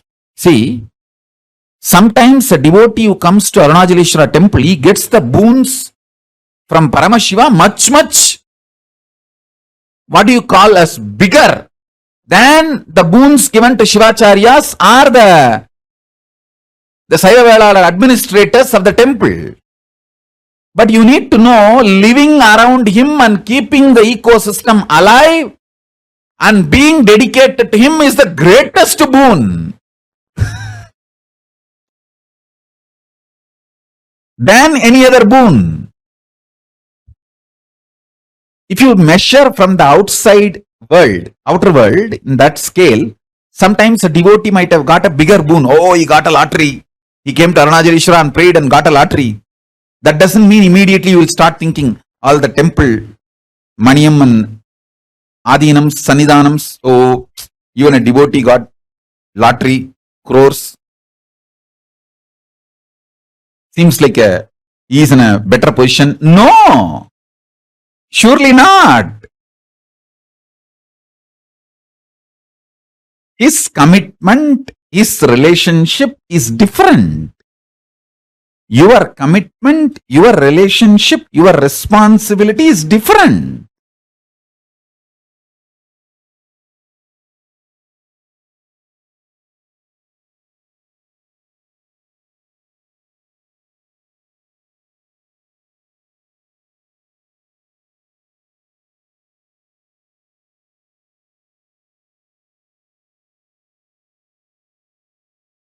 For a devotee who comes and goes, only if he abuses Shiva or Shiva Bhaktas, it becomes Shiva Aparadha. But a committed person who is supposed to keep the ecosystem alive, even if he misses one day Shiva Puja, that becomes Shiva Aparadha. Or while doing puja, if he does some mistake and does not do the prayaschitta, that becomes Shiva Aparadha. Understand the level of commitment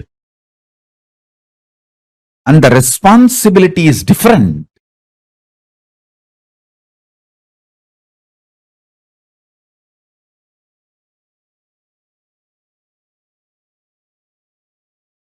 For the people who committed to keep the ecosystem alive, he explained beautifully to me. That is the reason the door becomes smaller and smaller. Only the selected, committed, those few only can enter into the next doors. Understand?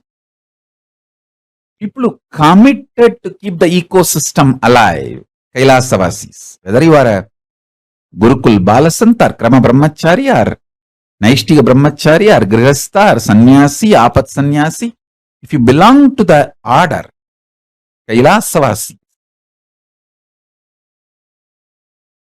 you are already in Salokya Mukti.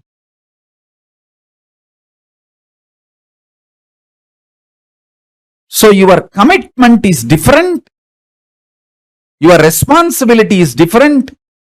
Even death cannot touch you. You can only have liberation. Sometimes even when you ask for death, it only becomes liberation.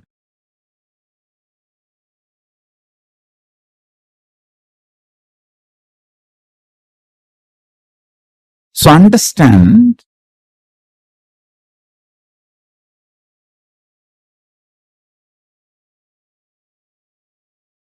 this truth I am revealing now. If you just receive and internalize, it will become just liberation in you.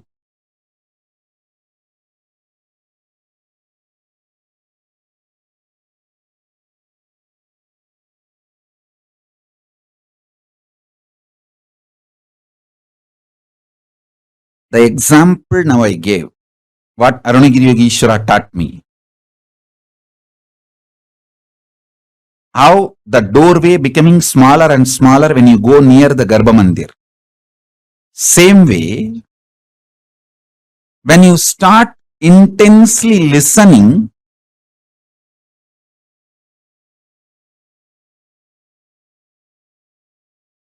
naturally you become more and more involved.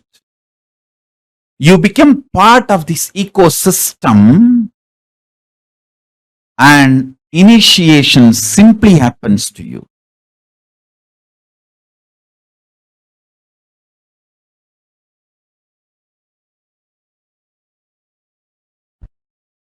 Greater signs of Paramashiva, life, existence, reality can be realized with a greater ability to visualize. Paramashiva Dhyana, visualizing Paramashiva's form with 25 heads, 50 hands, 75 eyes, is a powerful method to evolve greater visualization possibility in you, which will make you understand the greater signs of life and greater involvement with life. Listen intensely, step by step.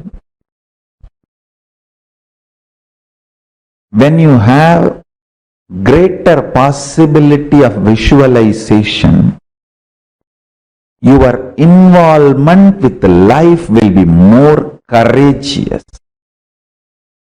You will trust yourself, you will believe yourself, you will have so much strength, not fears. Fear makes you a reluctant beloved, reluctant husband, reluctant wife, reluctant businessman, reluctant warrior, reluctant teacher. A lower ability of visualizing invokes greater fears in you. Due to your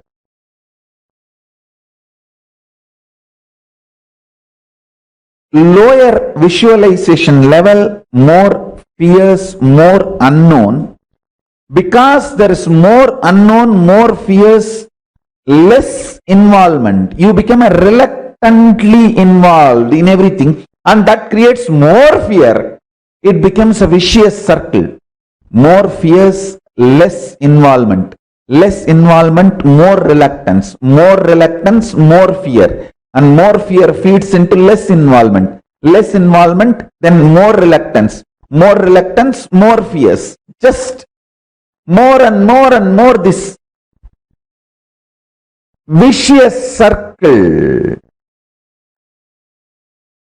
puts a man into delusion, breaks his body, mind, finally.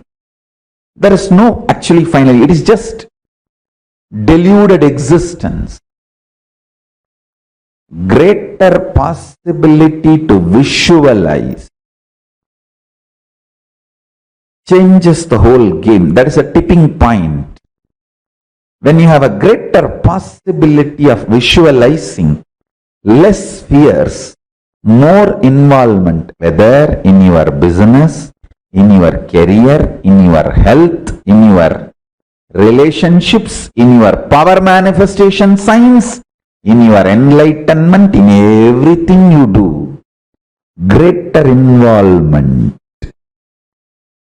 Greater involvement means greater revelations about the greater signs of life.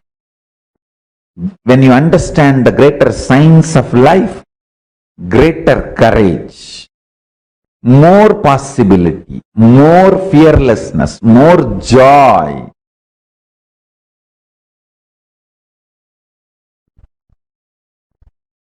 The conscious stamina of the consciousness drastically shoots up, increases with your ability to visualize. When you take up a business, If you are able to visualize Paramashiva with 25 heads, 75 eyes, 50 hands, if your inner space has that visualization capacity, when you take up a business, you will have a deep visualization, greater involvement, less fear, less unknown. Even when you know how many things are unknown, they become known. Listen carefully. If you know how many things are unknown, they become known to you.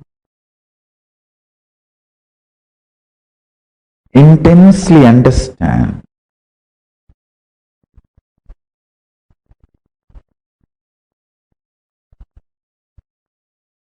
Work continuously to increase your ability to visualize. Once you start working on your ability to visualize, that leads to more and more involvement. You get more and more courage, joy, strength to live. That leads to more ability to visualize. It becomes virtuous circle. That is why I insist on everyday Nitya Puja. Nitya Puja is nothing but teaching you the ability of greater visualization, making you manifest the power of greater visualization. The ability of greater visualization and ability to understand this greater science is the power of third eye. Divyam dadami te chakshu. Krishna says in Gita that Divya Chakshu is the ability to have greater visualization and ability to get involved in the greater science. Life is all about you manifesting the greater science in your life. Hinduism is greater science. The first lesson in Hinduism is Morning Puja. Understand? Puja is the best non-risky,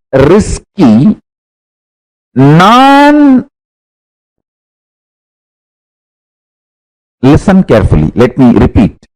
Puja is the best non-risky, means no risk, volunteer, happy methodology to manifest greater visualization.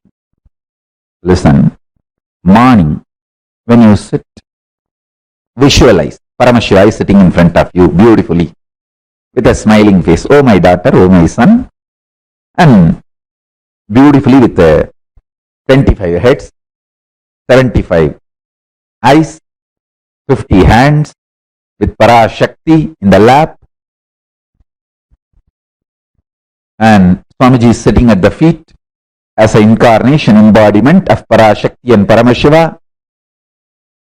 Smiling, you manifest this visualization and start offering the puja.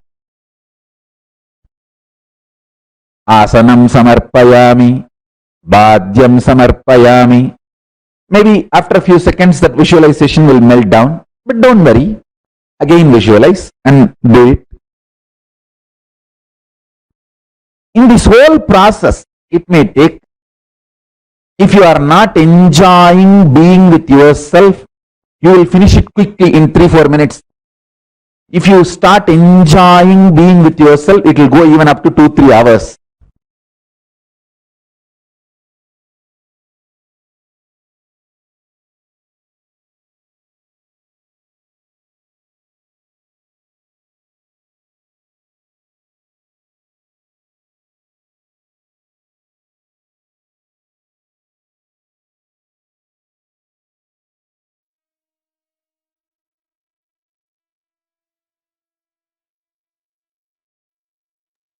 Sorry.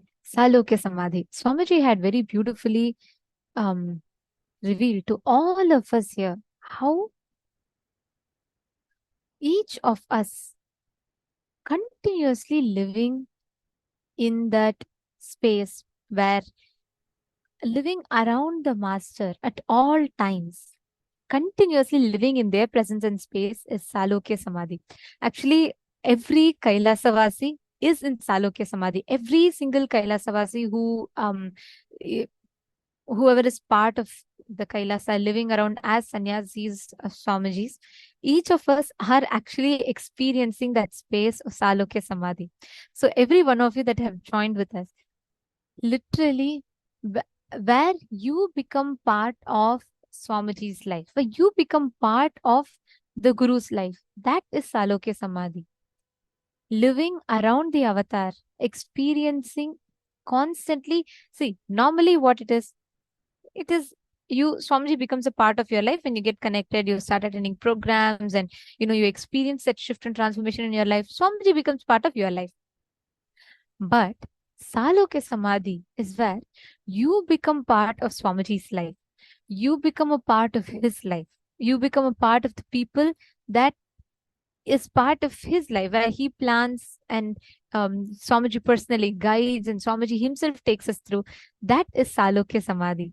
Actually, every time I listen to this session, right, it just reminds me of how much Swamiji plans for each of us, right from what should be our goal, like how we should plan, what is the vision, and aligning us to that vision, that goals that we have set.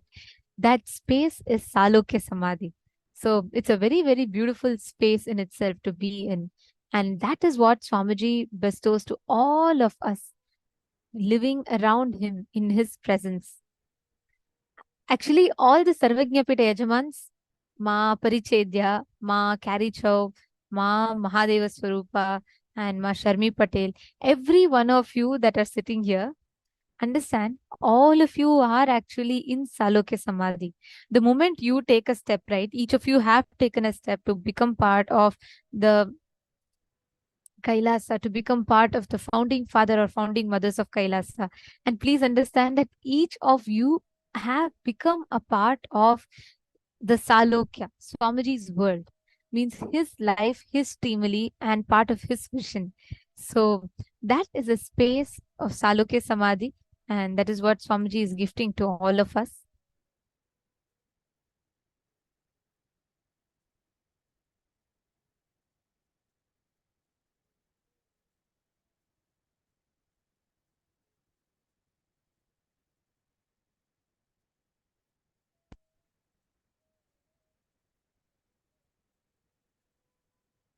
See, the moment we say Salokya Samadhi, right, that is a space where you start experiencing the oneness with the master and start manifesting that as your experience. There are many levels of experiences in Salokya Samadhi. It starts with when you start feeling you're a part of him, and where you start feeling, okay, yes, I am a part of Swamiji's life. How many of you have felt, how many of you, whoever are, part of the Kotharis, Mahants, or Kailasas, and even doing some Kailasa project, you feel like, oh my God, I am a part, I am making this happen, I'm a part of this happening. How many of you feel like that? How many of you have experienced that?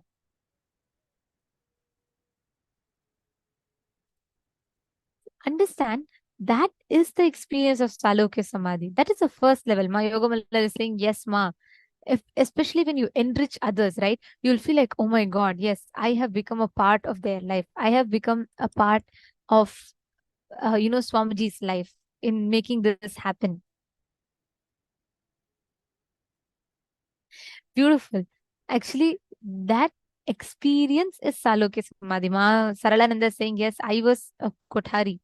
Every moment, whenever we are part doing the work of Kailasa, we are experiencing Salokya Samadhi. We are in that space of Salokya Samadhi.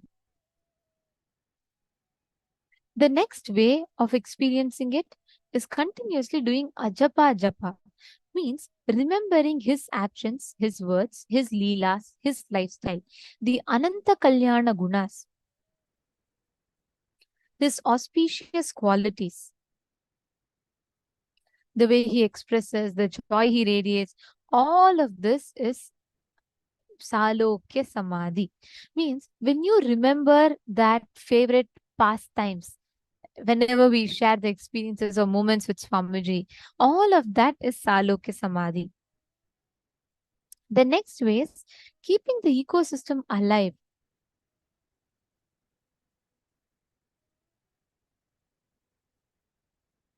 When you say keeping the ecosystem alive, meaning you radiating his principles, running the ecosystem of Kailasa, experiencing and living as per his direct revelations, and continuing the Guru Shishya Parampara.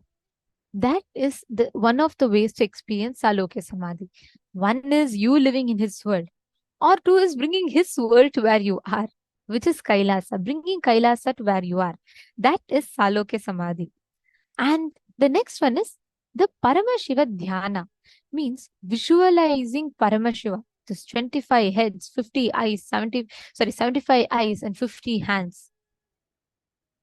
And this is a very, very powerful method to experience Salokya Samadhi. And this is the greatest science where you experience being a part of his world.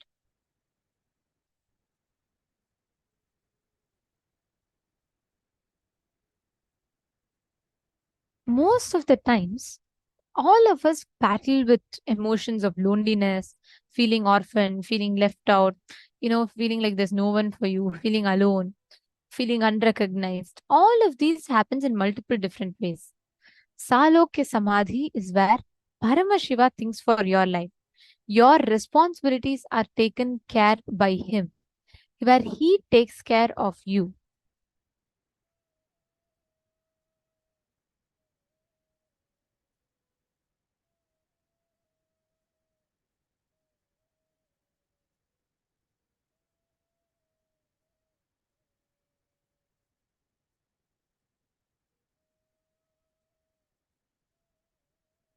Actually, Swamiji very beautifully shares that whether it is Savikalpa Samadhi or Nirvikalpa Samadhi, Sampragnata Samadhi, Sabija Samadhi, Nirbija Samadhi, and all the various Samadhis experiences that Swamiji went through, the various cognitive shifts which Swamiji had, the various experiential process which happened in Swamiji, everything has happened the moment Swamiji answered to himself the why.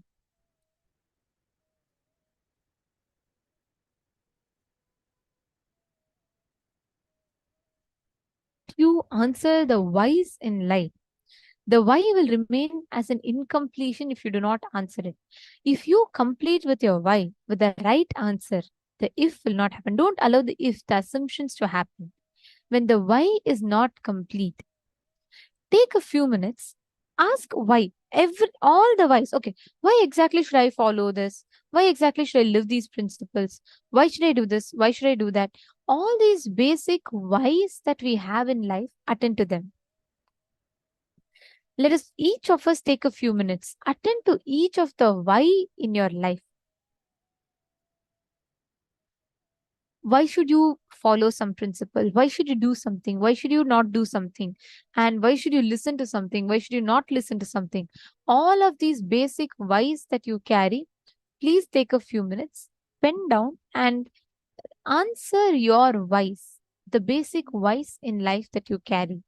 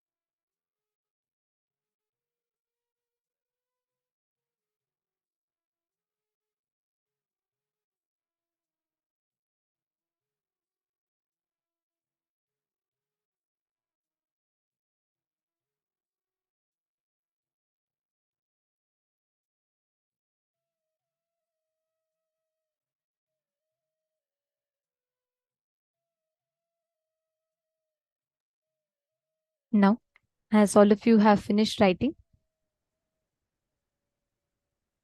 the Salokya Samadhi, the experience of Salokya Samadhi, is where you are transcending beyond all these basic questions that you have in life. And more than that, you become a part of the whole larger picture, means you become part of Swamiji's life.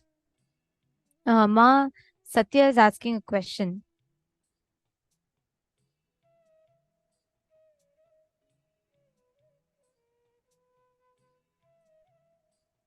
Just a minute.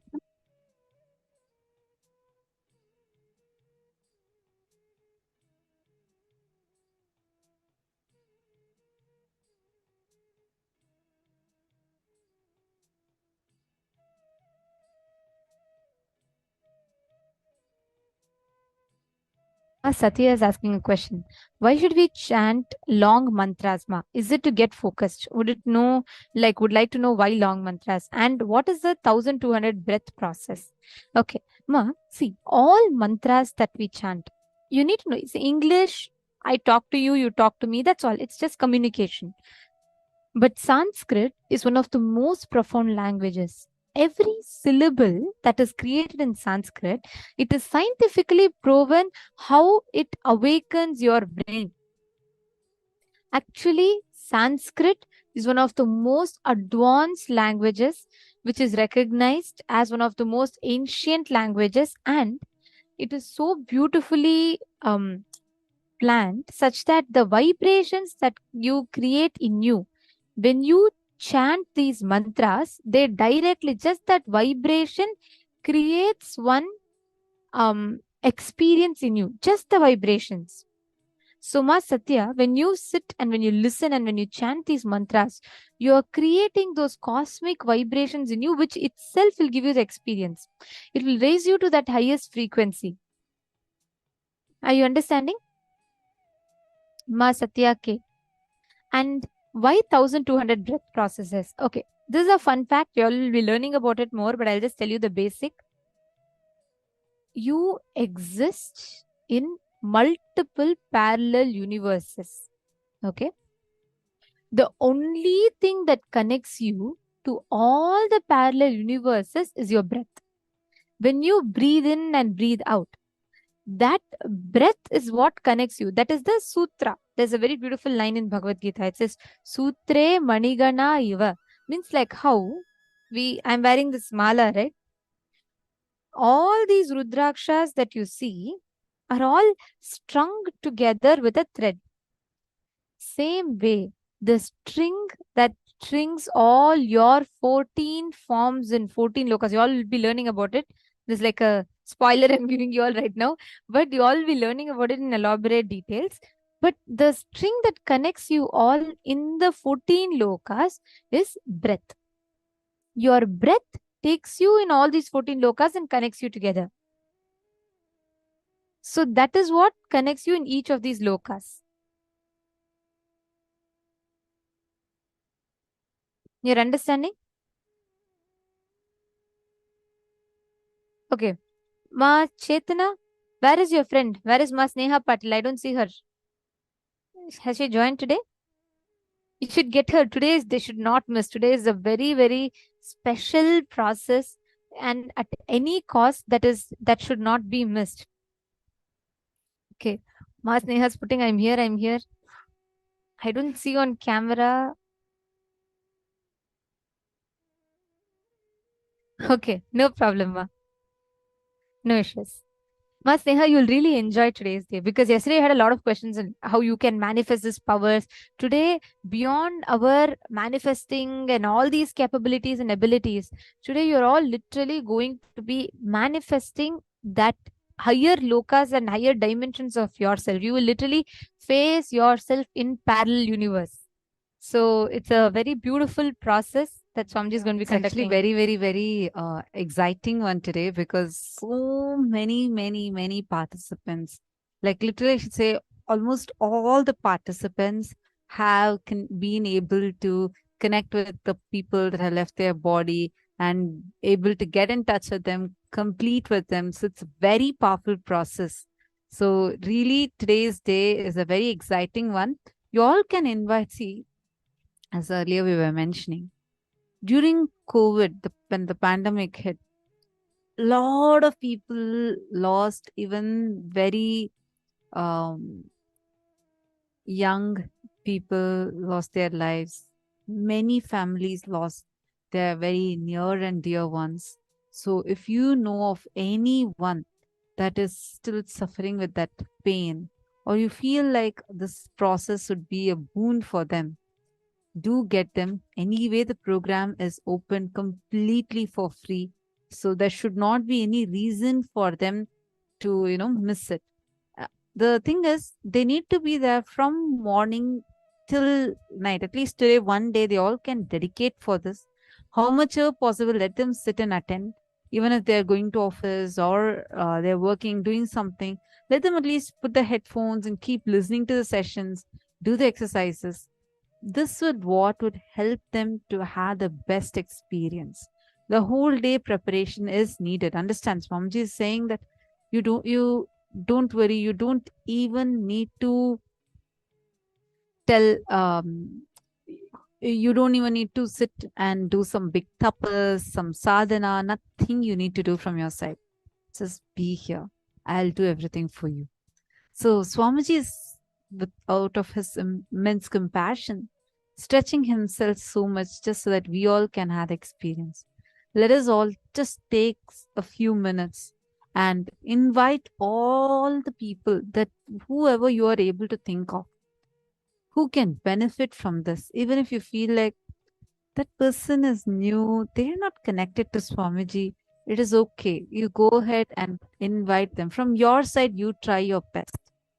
Why should any being miss out on this? Understand, pain of losing our loved ones is a very, very deep pain. And for many people, especially due to the pandemic and now due to the heat wave, there are a lot of lives that are like, so many people are losing their lives. And during this time, we can reach out to the people, their family members, support them emotionally and spiritually, help them. They can surely benefit from this, and they will be able to come out of that pain by directly talking, communicating to those departed souls, doing the astral travel. And for them to be able to do that, it is important that they attend the program fully, because only with all this preparation, they will be able to do that successfully. So we request all of you, reach out to your friends and family. You all can let us know if you're reaching out to your family members, anyone that you think who can join, this will really benefit them. Please let us know, and we will definitely be able to send out emails to them. Or we'll just give you the join link. You can directly send them that they can come here. One thing, you starting to experience his loka, Salokya Samadhi, starts with enriching. See, what does it mean to live as Paramashiva? When we say live as divine, all of that, it starts with when you get a best. If you celebrate your birthday party, imagine you yourself go buy a cake, you yourself surprise yourself, you yourself cut the cake by yourself, you celebrate, you eat the cake. How fun is it, as opposed to getting all the people who value you, who are important to you in your life, and when you celebrate together, that is celebration, right? Same way, when any experience, when you manifest it together as a group, it always creates a profound impact. Every one of you will see how the way it will impact your inner space, the kind of experience that it will leave you with. So every one of you that are sitting here, today's especially should not be missed at any cost at all. All the male bodies in the male bodies room, I request every one of you sincerely to take this up today. And Robert Ramaya and all, I'm very sure, like, you reach out to a lot of your friends, and always you make sure that you want to make sure that your friends are not missing out. So Aya, please take a few minutes and make sure you're all reaching out to your friends, to your family members, so that none of them miss it today. And all the male bodies that are here, if any of you have any questions, please do go to facebook.com/groups/Mahaparamashivoham, and you can post your questions there. Please post your questions there. And any doubts that you have, anything that you would like to ask, we request you all to post it there in the Mahaparamashivoham group. Okay, so now today we're all going to be manifesting a very, very interesting power. The power that we're all going to be manifesting today is the power of length, breadth, and depth dimensions. See, your logic, everything known to you in around you is length. Like physics, chemistry, math, biology, all your studies, all of it comes under the length dimension. They all fall under the length dimension. Next is breadth. Breadth is emotions, your creativity, your experiences, the space that you experience, the shift, all of that is in the breadth dimension. The next is depth dimension. Depth is your cognitions, what you center yourself upon. That is the depth dimension of you. Today, when you are going to be experiencing all of these parallel universes, multiverses, everything, it's important that you understand these dimensions and you learn about them. Right? So now we're all going to be manifesting a very, very interesting power. Are all of you ready? Please partner up. You're all going to be partnering up with one of the partners here. This is only a game, okay? Imagine you're just playing a game. Don't worry. If you fail, nobody's going to give you a fail marks card. Or if you pass, nobody's going to give you a first prize if you pass. It is only a fun. But when you start manifesting this, understand your brain awakens itself to the higher dimensions. When you manifest powers, literally your brain expands, like physically expands. Means physically your brain grew, start developing these higher cognitions in life. So I request every one of you to do this power manifestation processes very, very sincerely. Okay? Shall we all do it now? Power is very simple. You're all going to be manifesting the ability to connect and see the length, breadth, and depth dimensions in the cosmos. Anything that is to do with logic is length dimension. Anything. Like for example, if your friend asks you, okay, like for example, Mapurani Gunashekaran, let's say your friend asks you that, can you just tell me the distance between Moon and Jupiter? Without using Google, you will actually be able to see through your third eye itself and you will be able to tell. Everyone, every moment of our life, all of us are constantly so dependent on internet. Oh, how do I have to do this? Let's go to Google. Let's go to Google. Yes, that is great. But we have the ability, the intelligence to access any dimension that we want. We have the intelligence to access the information in all these dimensions. See, it is not just for your IQ or anything like that. When you have the ability to look at long distances, you will have the ability to look into your own blind spots. Of course, I know it's cool to see different planets, different planes of existence. See, don't think, oh my God, it's too good to be true. But it is true when you're with the avatar. See, you just make sure you're following the process. Don't try to think it's too good. I don't think I can do it. Drop all those cognitions. Sit here. Definitely you'll be able to see. If you are having your mirror, Jnananjana, the alchemy products, even if you have received it in the previous seasons or any other program before, please get it. These products have no expiry date.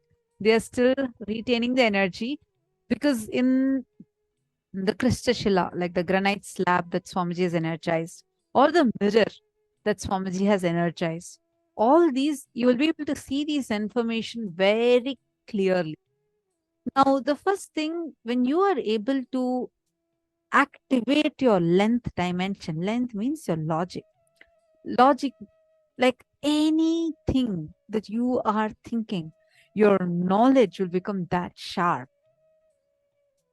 Imagine and see, suddenly someone comes to Liang Shuma and asks, Liang Shuma, now tell me the distance between the sun and earth. You would not be sitting and like Googling, trying to Google. You just like that, know the answer. And this is the same thing when it comes to even your business strategies. This is the same thing that when it comes to your, where you need logic, you need really sharp logic in your life. This is what will help. Are you all understanding? Happening from Swamiji's life. When Swamiji was 9 years old, right? So when Swamiji was very young, Swamiji Swamiji went to a temple, and Swamiji had like one beautiful cosmic form, a divine feminine form appeared in front of Swamiji. So the moment Swamiji saw, Swamiji was like immediately, he was so enthralled into that vision. And after that, Swamiji got the vision of a Sri Chakra. Actually, you all should know Sri Chakra is one of the most complicated geometrical structures. Okay, it's like you have to draw like multiple triangles, each in a particular angle, and the measurements has to be accurate so that you get the whole yantra right. So yantras are basically cosmic geometries. Means it is the representation of the cosmic energies in certain geometrical figures and patterns. So the moment Swamiji got this vision, right, just as a 9-year-old boy, look at what Swamiji did. Swamiji immediately ran back to his house. He took a compass from his brother's geometry box. Swamiji took a copper sheet, and Swamiji etched out the entire Sri Chakra in a copper sheet. 9-year-old picking a pencil and even drawing is something great. Swamiji had carved deities and like made things of copper sheets when he was so young. That's the whole beauty. Actually, this ability of Swamiji, the length dimension with which Swamiji will calculate things, it will be like mind-boggling. Many times I've seen, there'll be like accounts team people will take and go for any blessing. So then Swamiji will be able to, the moment Swamiji sees a huge set of numbers, immediately, like in a fraction of seconds, Swamiji will say, this number is not the right value. There should be 2 decimal points less. It should be 2 decimal points more. Like so fast. It will not even be like Swamiji will take a few minutes to calculate. No, Swamiji will just know it. And same way, this is one construction that Swamiji had asked, like the team to, like they were planning to build. The construction was happening, and they were planning to build a huge hall. Swamiji had given a detailed vision for the sake of the program participants. So the basement was put, and the hall was getting constructed. Swamiji was there, and the basement and the first floor level, the basic construction, is the foundation was put. And once this foundation was put, Swamiji went for inspection. Swamiji himself will go every day and check to the detail. So Swamiji went. And Swamiji said, the moment Swamiji saw, Swamiji said, hey, this foundation is not strong. The structure, if you do like Swamiji explained about the structure a bit, Swamiji said how the dimensions and the pillar that's constructed, this will not take the weight of 2 floors. The plan was, I think, 2 or 3 floors. And Swamiji told this. The team did not listen. The team went ahead. They said, no, Swamiji, we have checked with the best engineer. The engineer is saying, this is the way it will work. And they gave a big thing to Swamiji. They said, we will build it like this, Swamiji. And then Swamiji just gave a smile, and Swamiji went. Few days later, I think about a week later, Swamiji went back to the same site. And then Swamiji called the construction people and said, look, go measure it now and see already it has sunk by 2 inches. Understand? Swamiji is not carrying a measuring tape with him. Like, it's like just visually Swamiji is seeing and Swamiji is telling, after calculations and all the engineers discussing, the whole construction team going with meeting, they all come back with the same report saying, sorry, Swamiji, we should have listened to you 1 week before when you told it, sir. Swamiji was right. The construction, the basement is weak. We cannot, the foundation we have built is completely wrong. The building has started sinking and we need to redo the whole thing. And then the person, the engineer who was doing the calculation, he comes back and says how his calculations, there is a small decimal point change, and which is why the whole calculation was wrong. Swamiji was able to identify it just by seeing. I was like really amazed. I'm like, is blessed to be around Swamiji during this time. We were walking with Swamiji. And Swamiji just did it in a matter of seconds. Just, I don't even know how Swamiji did it. Like, just with one look, Swamiji was able to tell the numbers and clearly say whether the pillars will be able to bear the weight, whether the foundation is strong or not. And then Swamiji explained all of them, how the foundation shape should be, how deep it should be to the ground, so that it is able to bear. And the engineer who was there, he's some award winner, he's a very well-known personality. And then the engineer was shaken. He said, I had never in my life seen someone who can just see and calculate it to this extent. He said, Swamiji, I can literally drop all my degrees at your feet. I don't feel any value for these degrees, these PhDs I have gotten. I've done so many years of studying. And Swamiji just came once, just by one look, Swamiji was able to tell it like that. Understand? Now Swamiji has given that power to all of us. All of us are going to be able to manifest this level power. This is Swamiji. Whatever Swamiji manifests, whatever power Swamiji has, immediately Swamiji will share that with us. Swamiji will initiate us into that. This is a power that Swamiji has gifted to all of us, and all of us are going to be able to manifest it. Very simple. When you now sit, okay, first thing, have this understanding. All the information that you want to know, whatever you need to know is available to you. Google is not that everything you're going to be having it like fully preloaded information set. Google, any information you put, Google will give you. It's not that the moment you open the Google web page, everything is out there. You have to search for it. Same way, all the information is available, accessible to you. The process of searching, like how you have a Google search, the way you search through the third eye is connecting to Swamiji. When we say connecting to Swamiji, particularly for length, if you have Krista Shila is the best. Those of you who do not have, don't worry, in this program you will get it. Those of you that have the mirror, energized mirror, please apply the Aushadha on the mirror. And those of you that have Aushadha, please apply Aushadha on your temples and on your third eye. Sit and manifest intensely. Connect to Swamiji and chant the Mahavakya. Let your friend ask you, let's start with some math question, okay? Let your partner ask you any questions. They can say, okay, what is 575 times 684? You should be able to scan through your third eye. Whatever answer Swamiji reveals to you in your third eye, just go ahead and share it. Every one of you can do. Sorry. One thing I just wanted to tell, the math calculations, these numbers, usually we all carry a lot of pain related to numbers. What to do with these examinations, and how many of you here had the habit, even now after so many years, suddenly at night, someday you'll have a nightmare, like you're sitting in the exam hall and you're writing, the bell is about to ring and correctly you fail in that paper and you feel so bad. How many of you have had these dreams even after you would have finished your school, college years before, some 10, 20 years before? Still you wake up with that dream. Many times it will happen to you. How many of you like that? Can you wave your hands? My goodness. Understand? Hongli Wong is waving her hands so much. Yes, she can relate to what we're saying so much. See, understand, this is what the modern education system has done to us. See, this, you're not alone.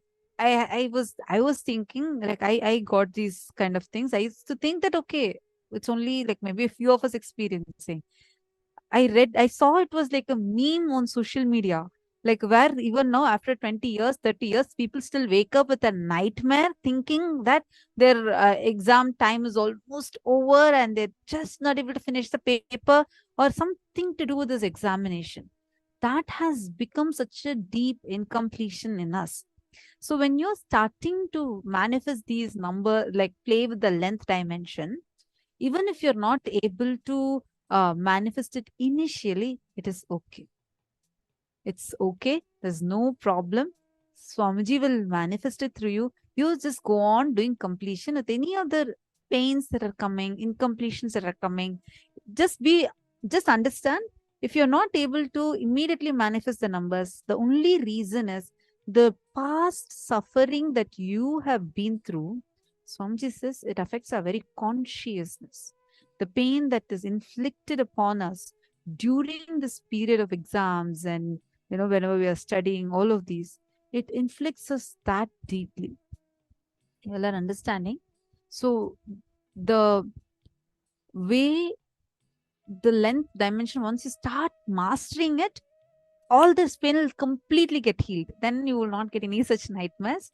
But even if you are getting such things, like you're not able to immediately manifest the numbers, don't give up. Be very clear. It's nothing to do with you. The power manifestation is happening. You just need a little more completion. The quality wise, your space is pure. You don't need to increase in the quality of it. Your consciousness is pure. You just need the quantity wise, you need a little more oneness, little more completion. That's it. So sit confidently, lead the results to Swamiji, simply chant the Mahavakya and guide it step by step. You will be able to. Okay. So now let's start the manifestation. Each of you connect to one partner and have them ask you any question. Start it like a game, random. They can ask you any questions that they want. And first round, see, it is not that you will 100% get it right, because for the amount of incompletions, fear that sits inside of you against these studies and exams, really they all, because as kids, you continuously, all of us are force fed these incompletions of education and the pressure, all of that. Now it takes time for it to heal and for you to be able to start manifesting. So don't worry about results. I'm not saying you will get everything right first time in the first question itself, but play with it. Don't worry about the result. Just play with Diana. Just connect to someone. Ma Diana, please connect to someone and just sit and manifest. Last Paramashivoham, when you attended the last Mahaparamashivam itself, that initiation has been sown into you. You just now need to sit and manifest. And let us all 3-minute timer. Every round only 3 minutes. You can all of you quickly get your partners.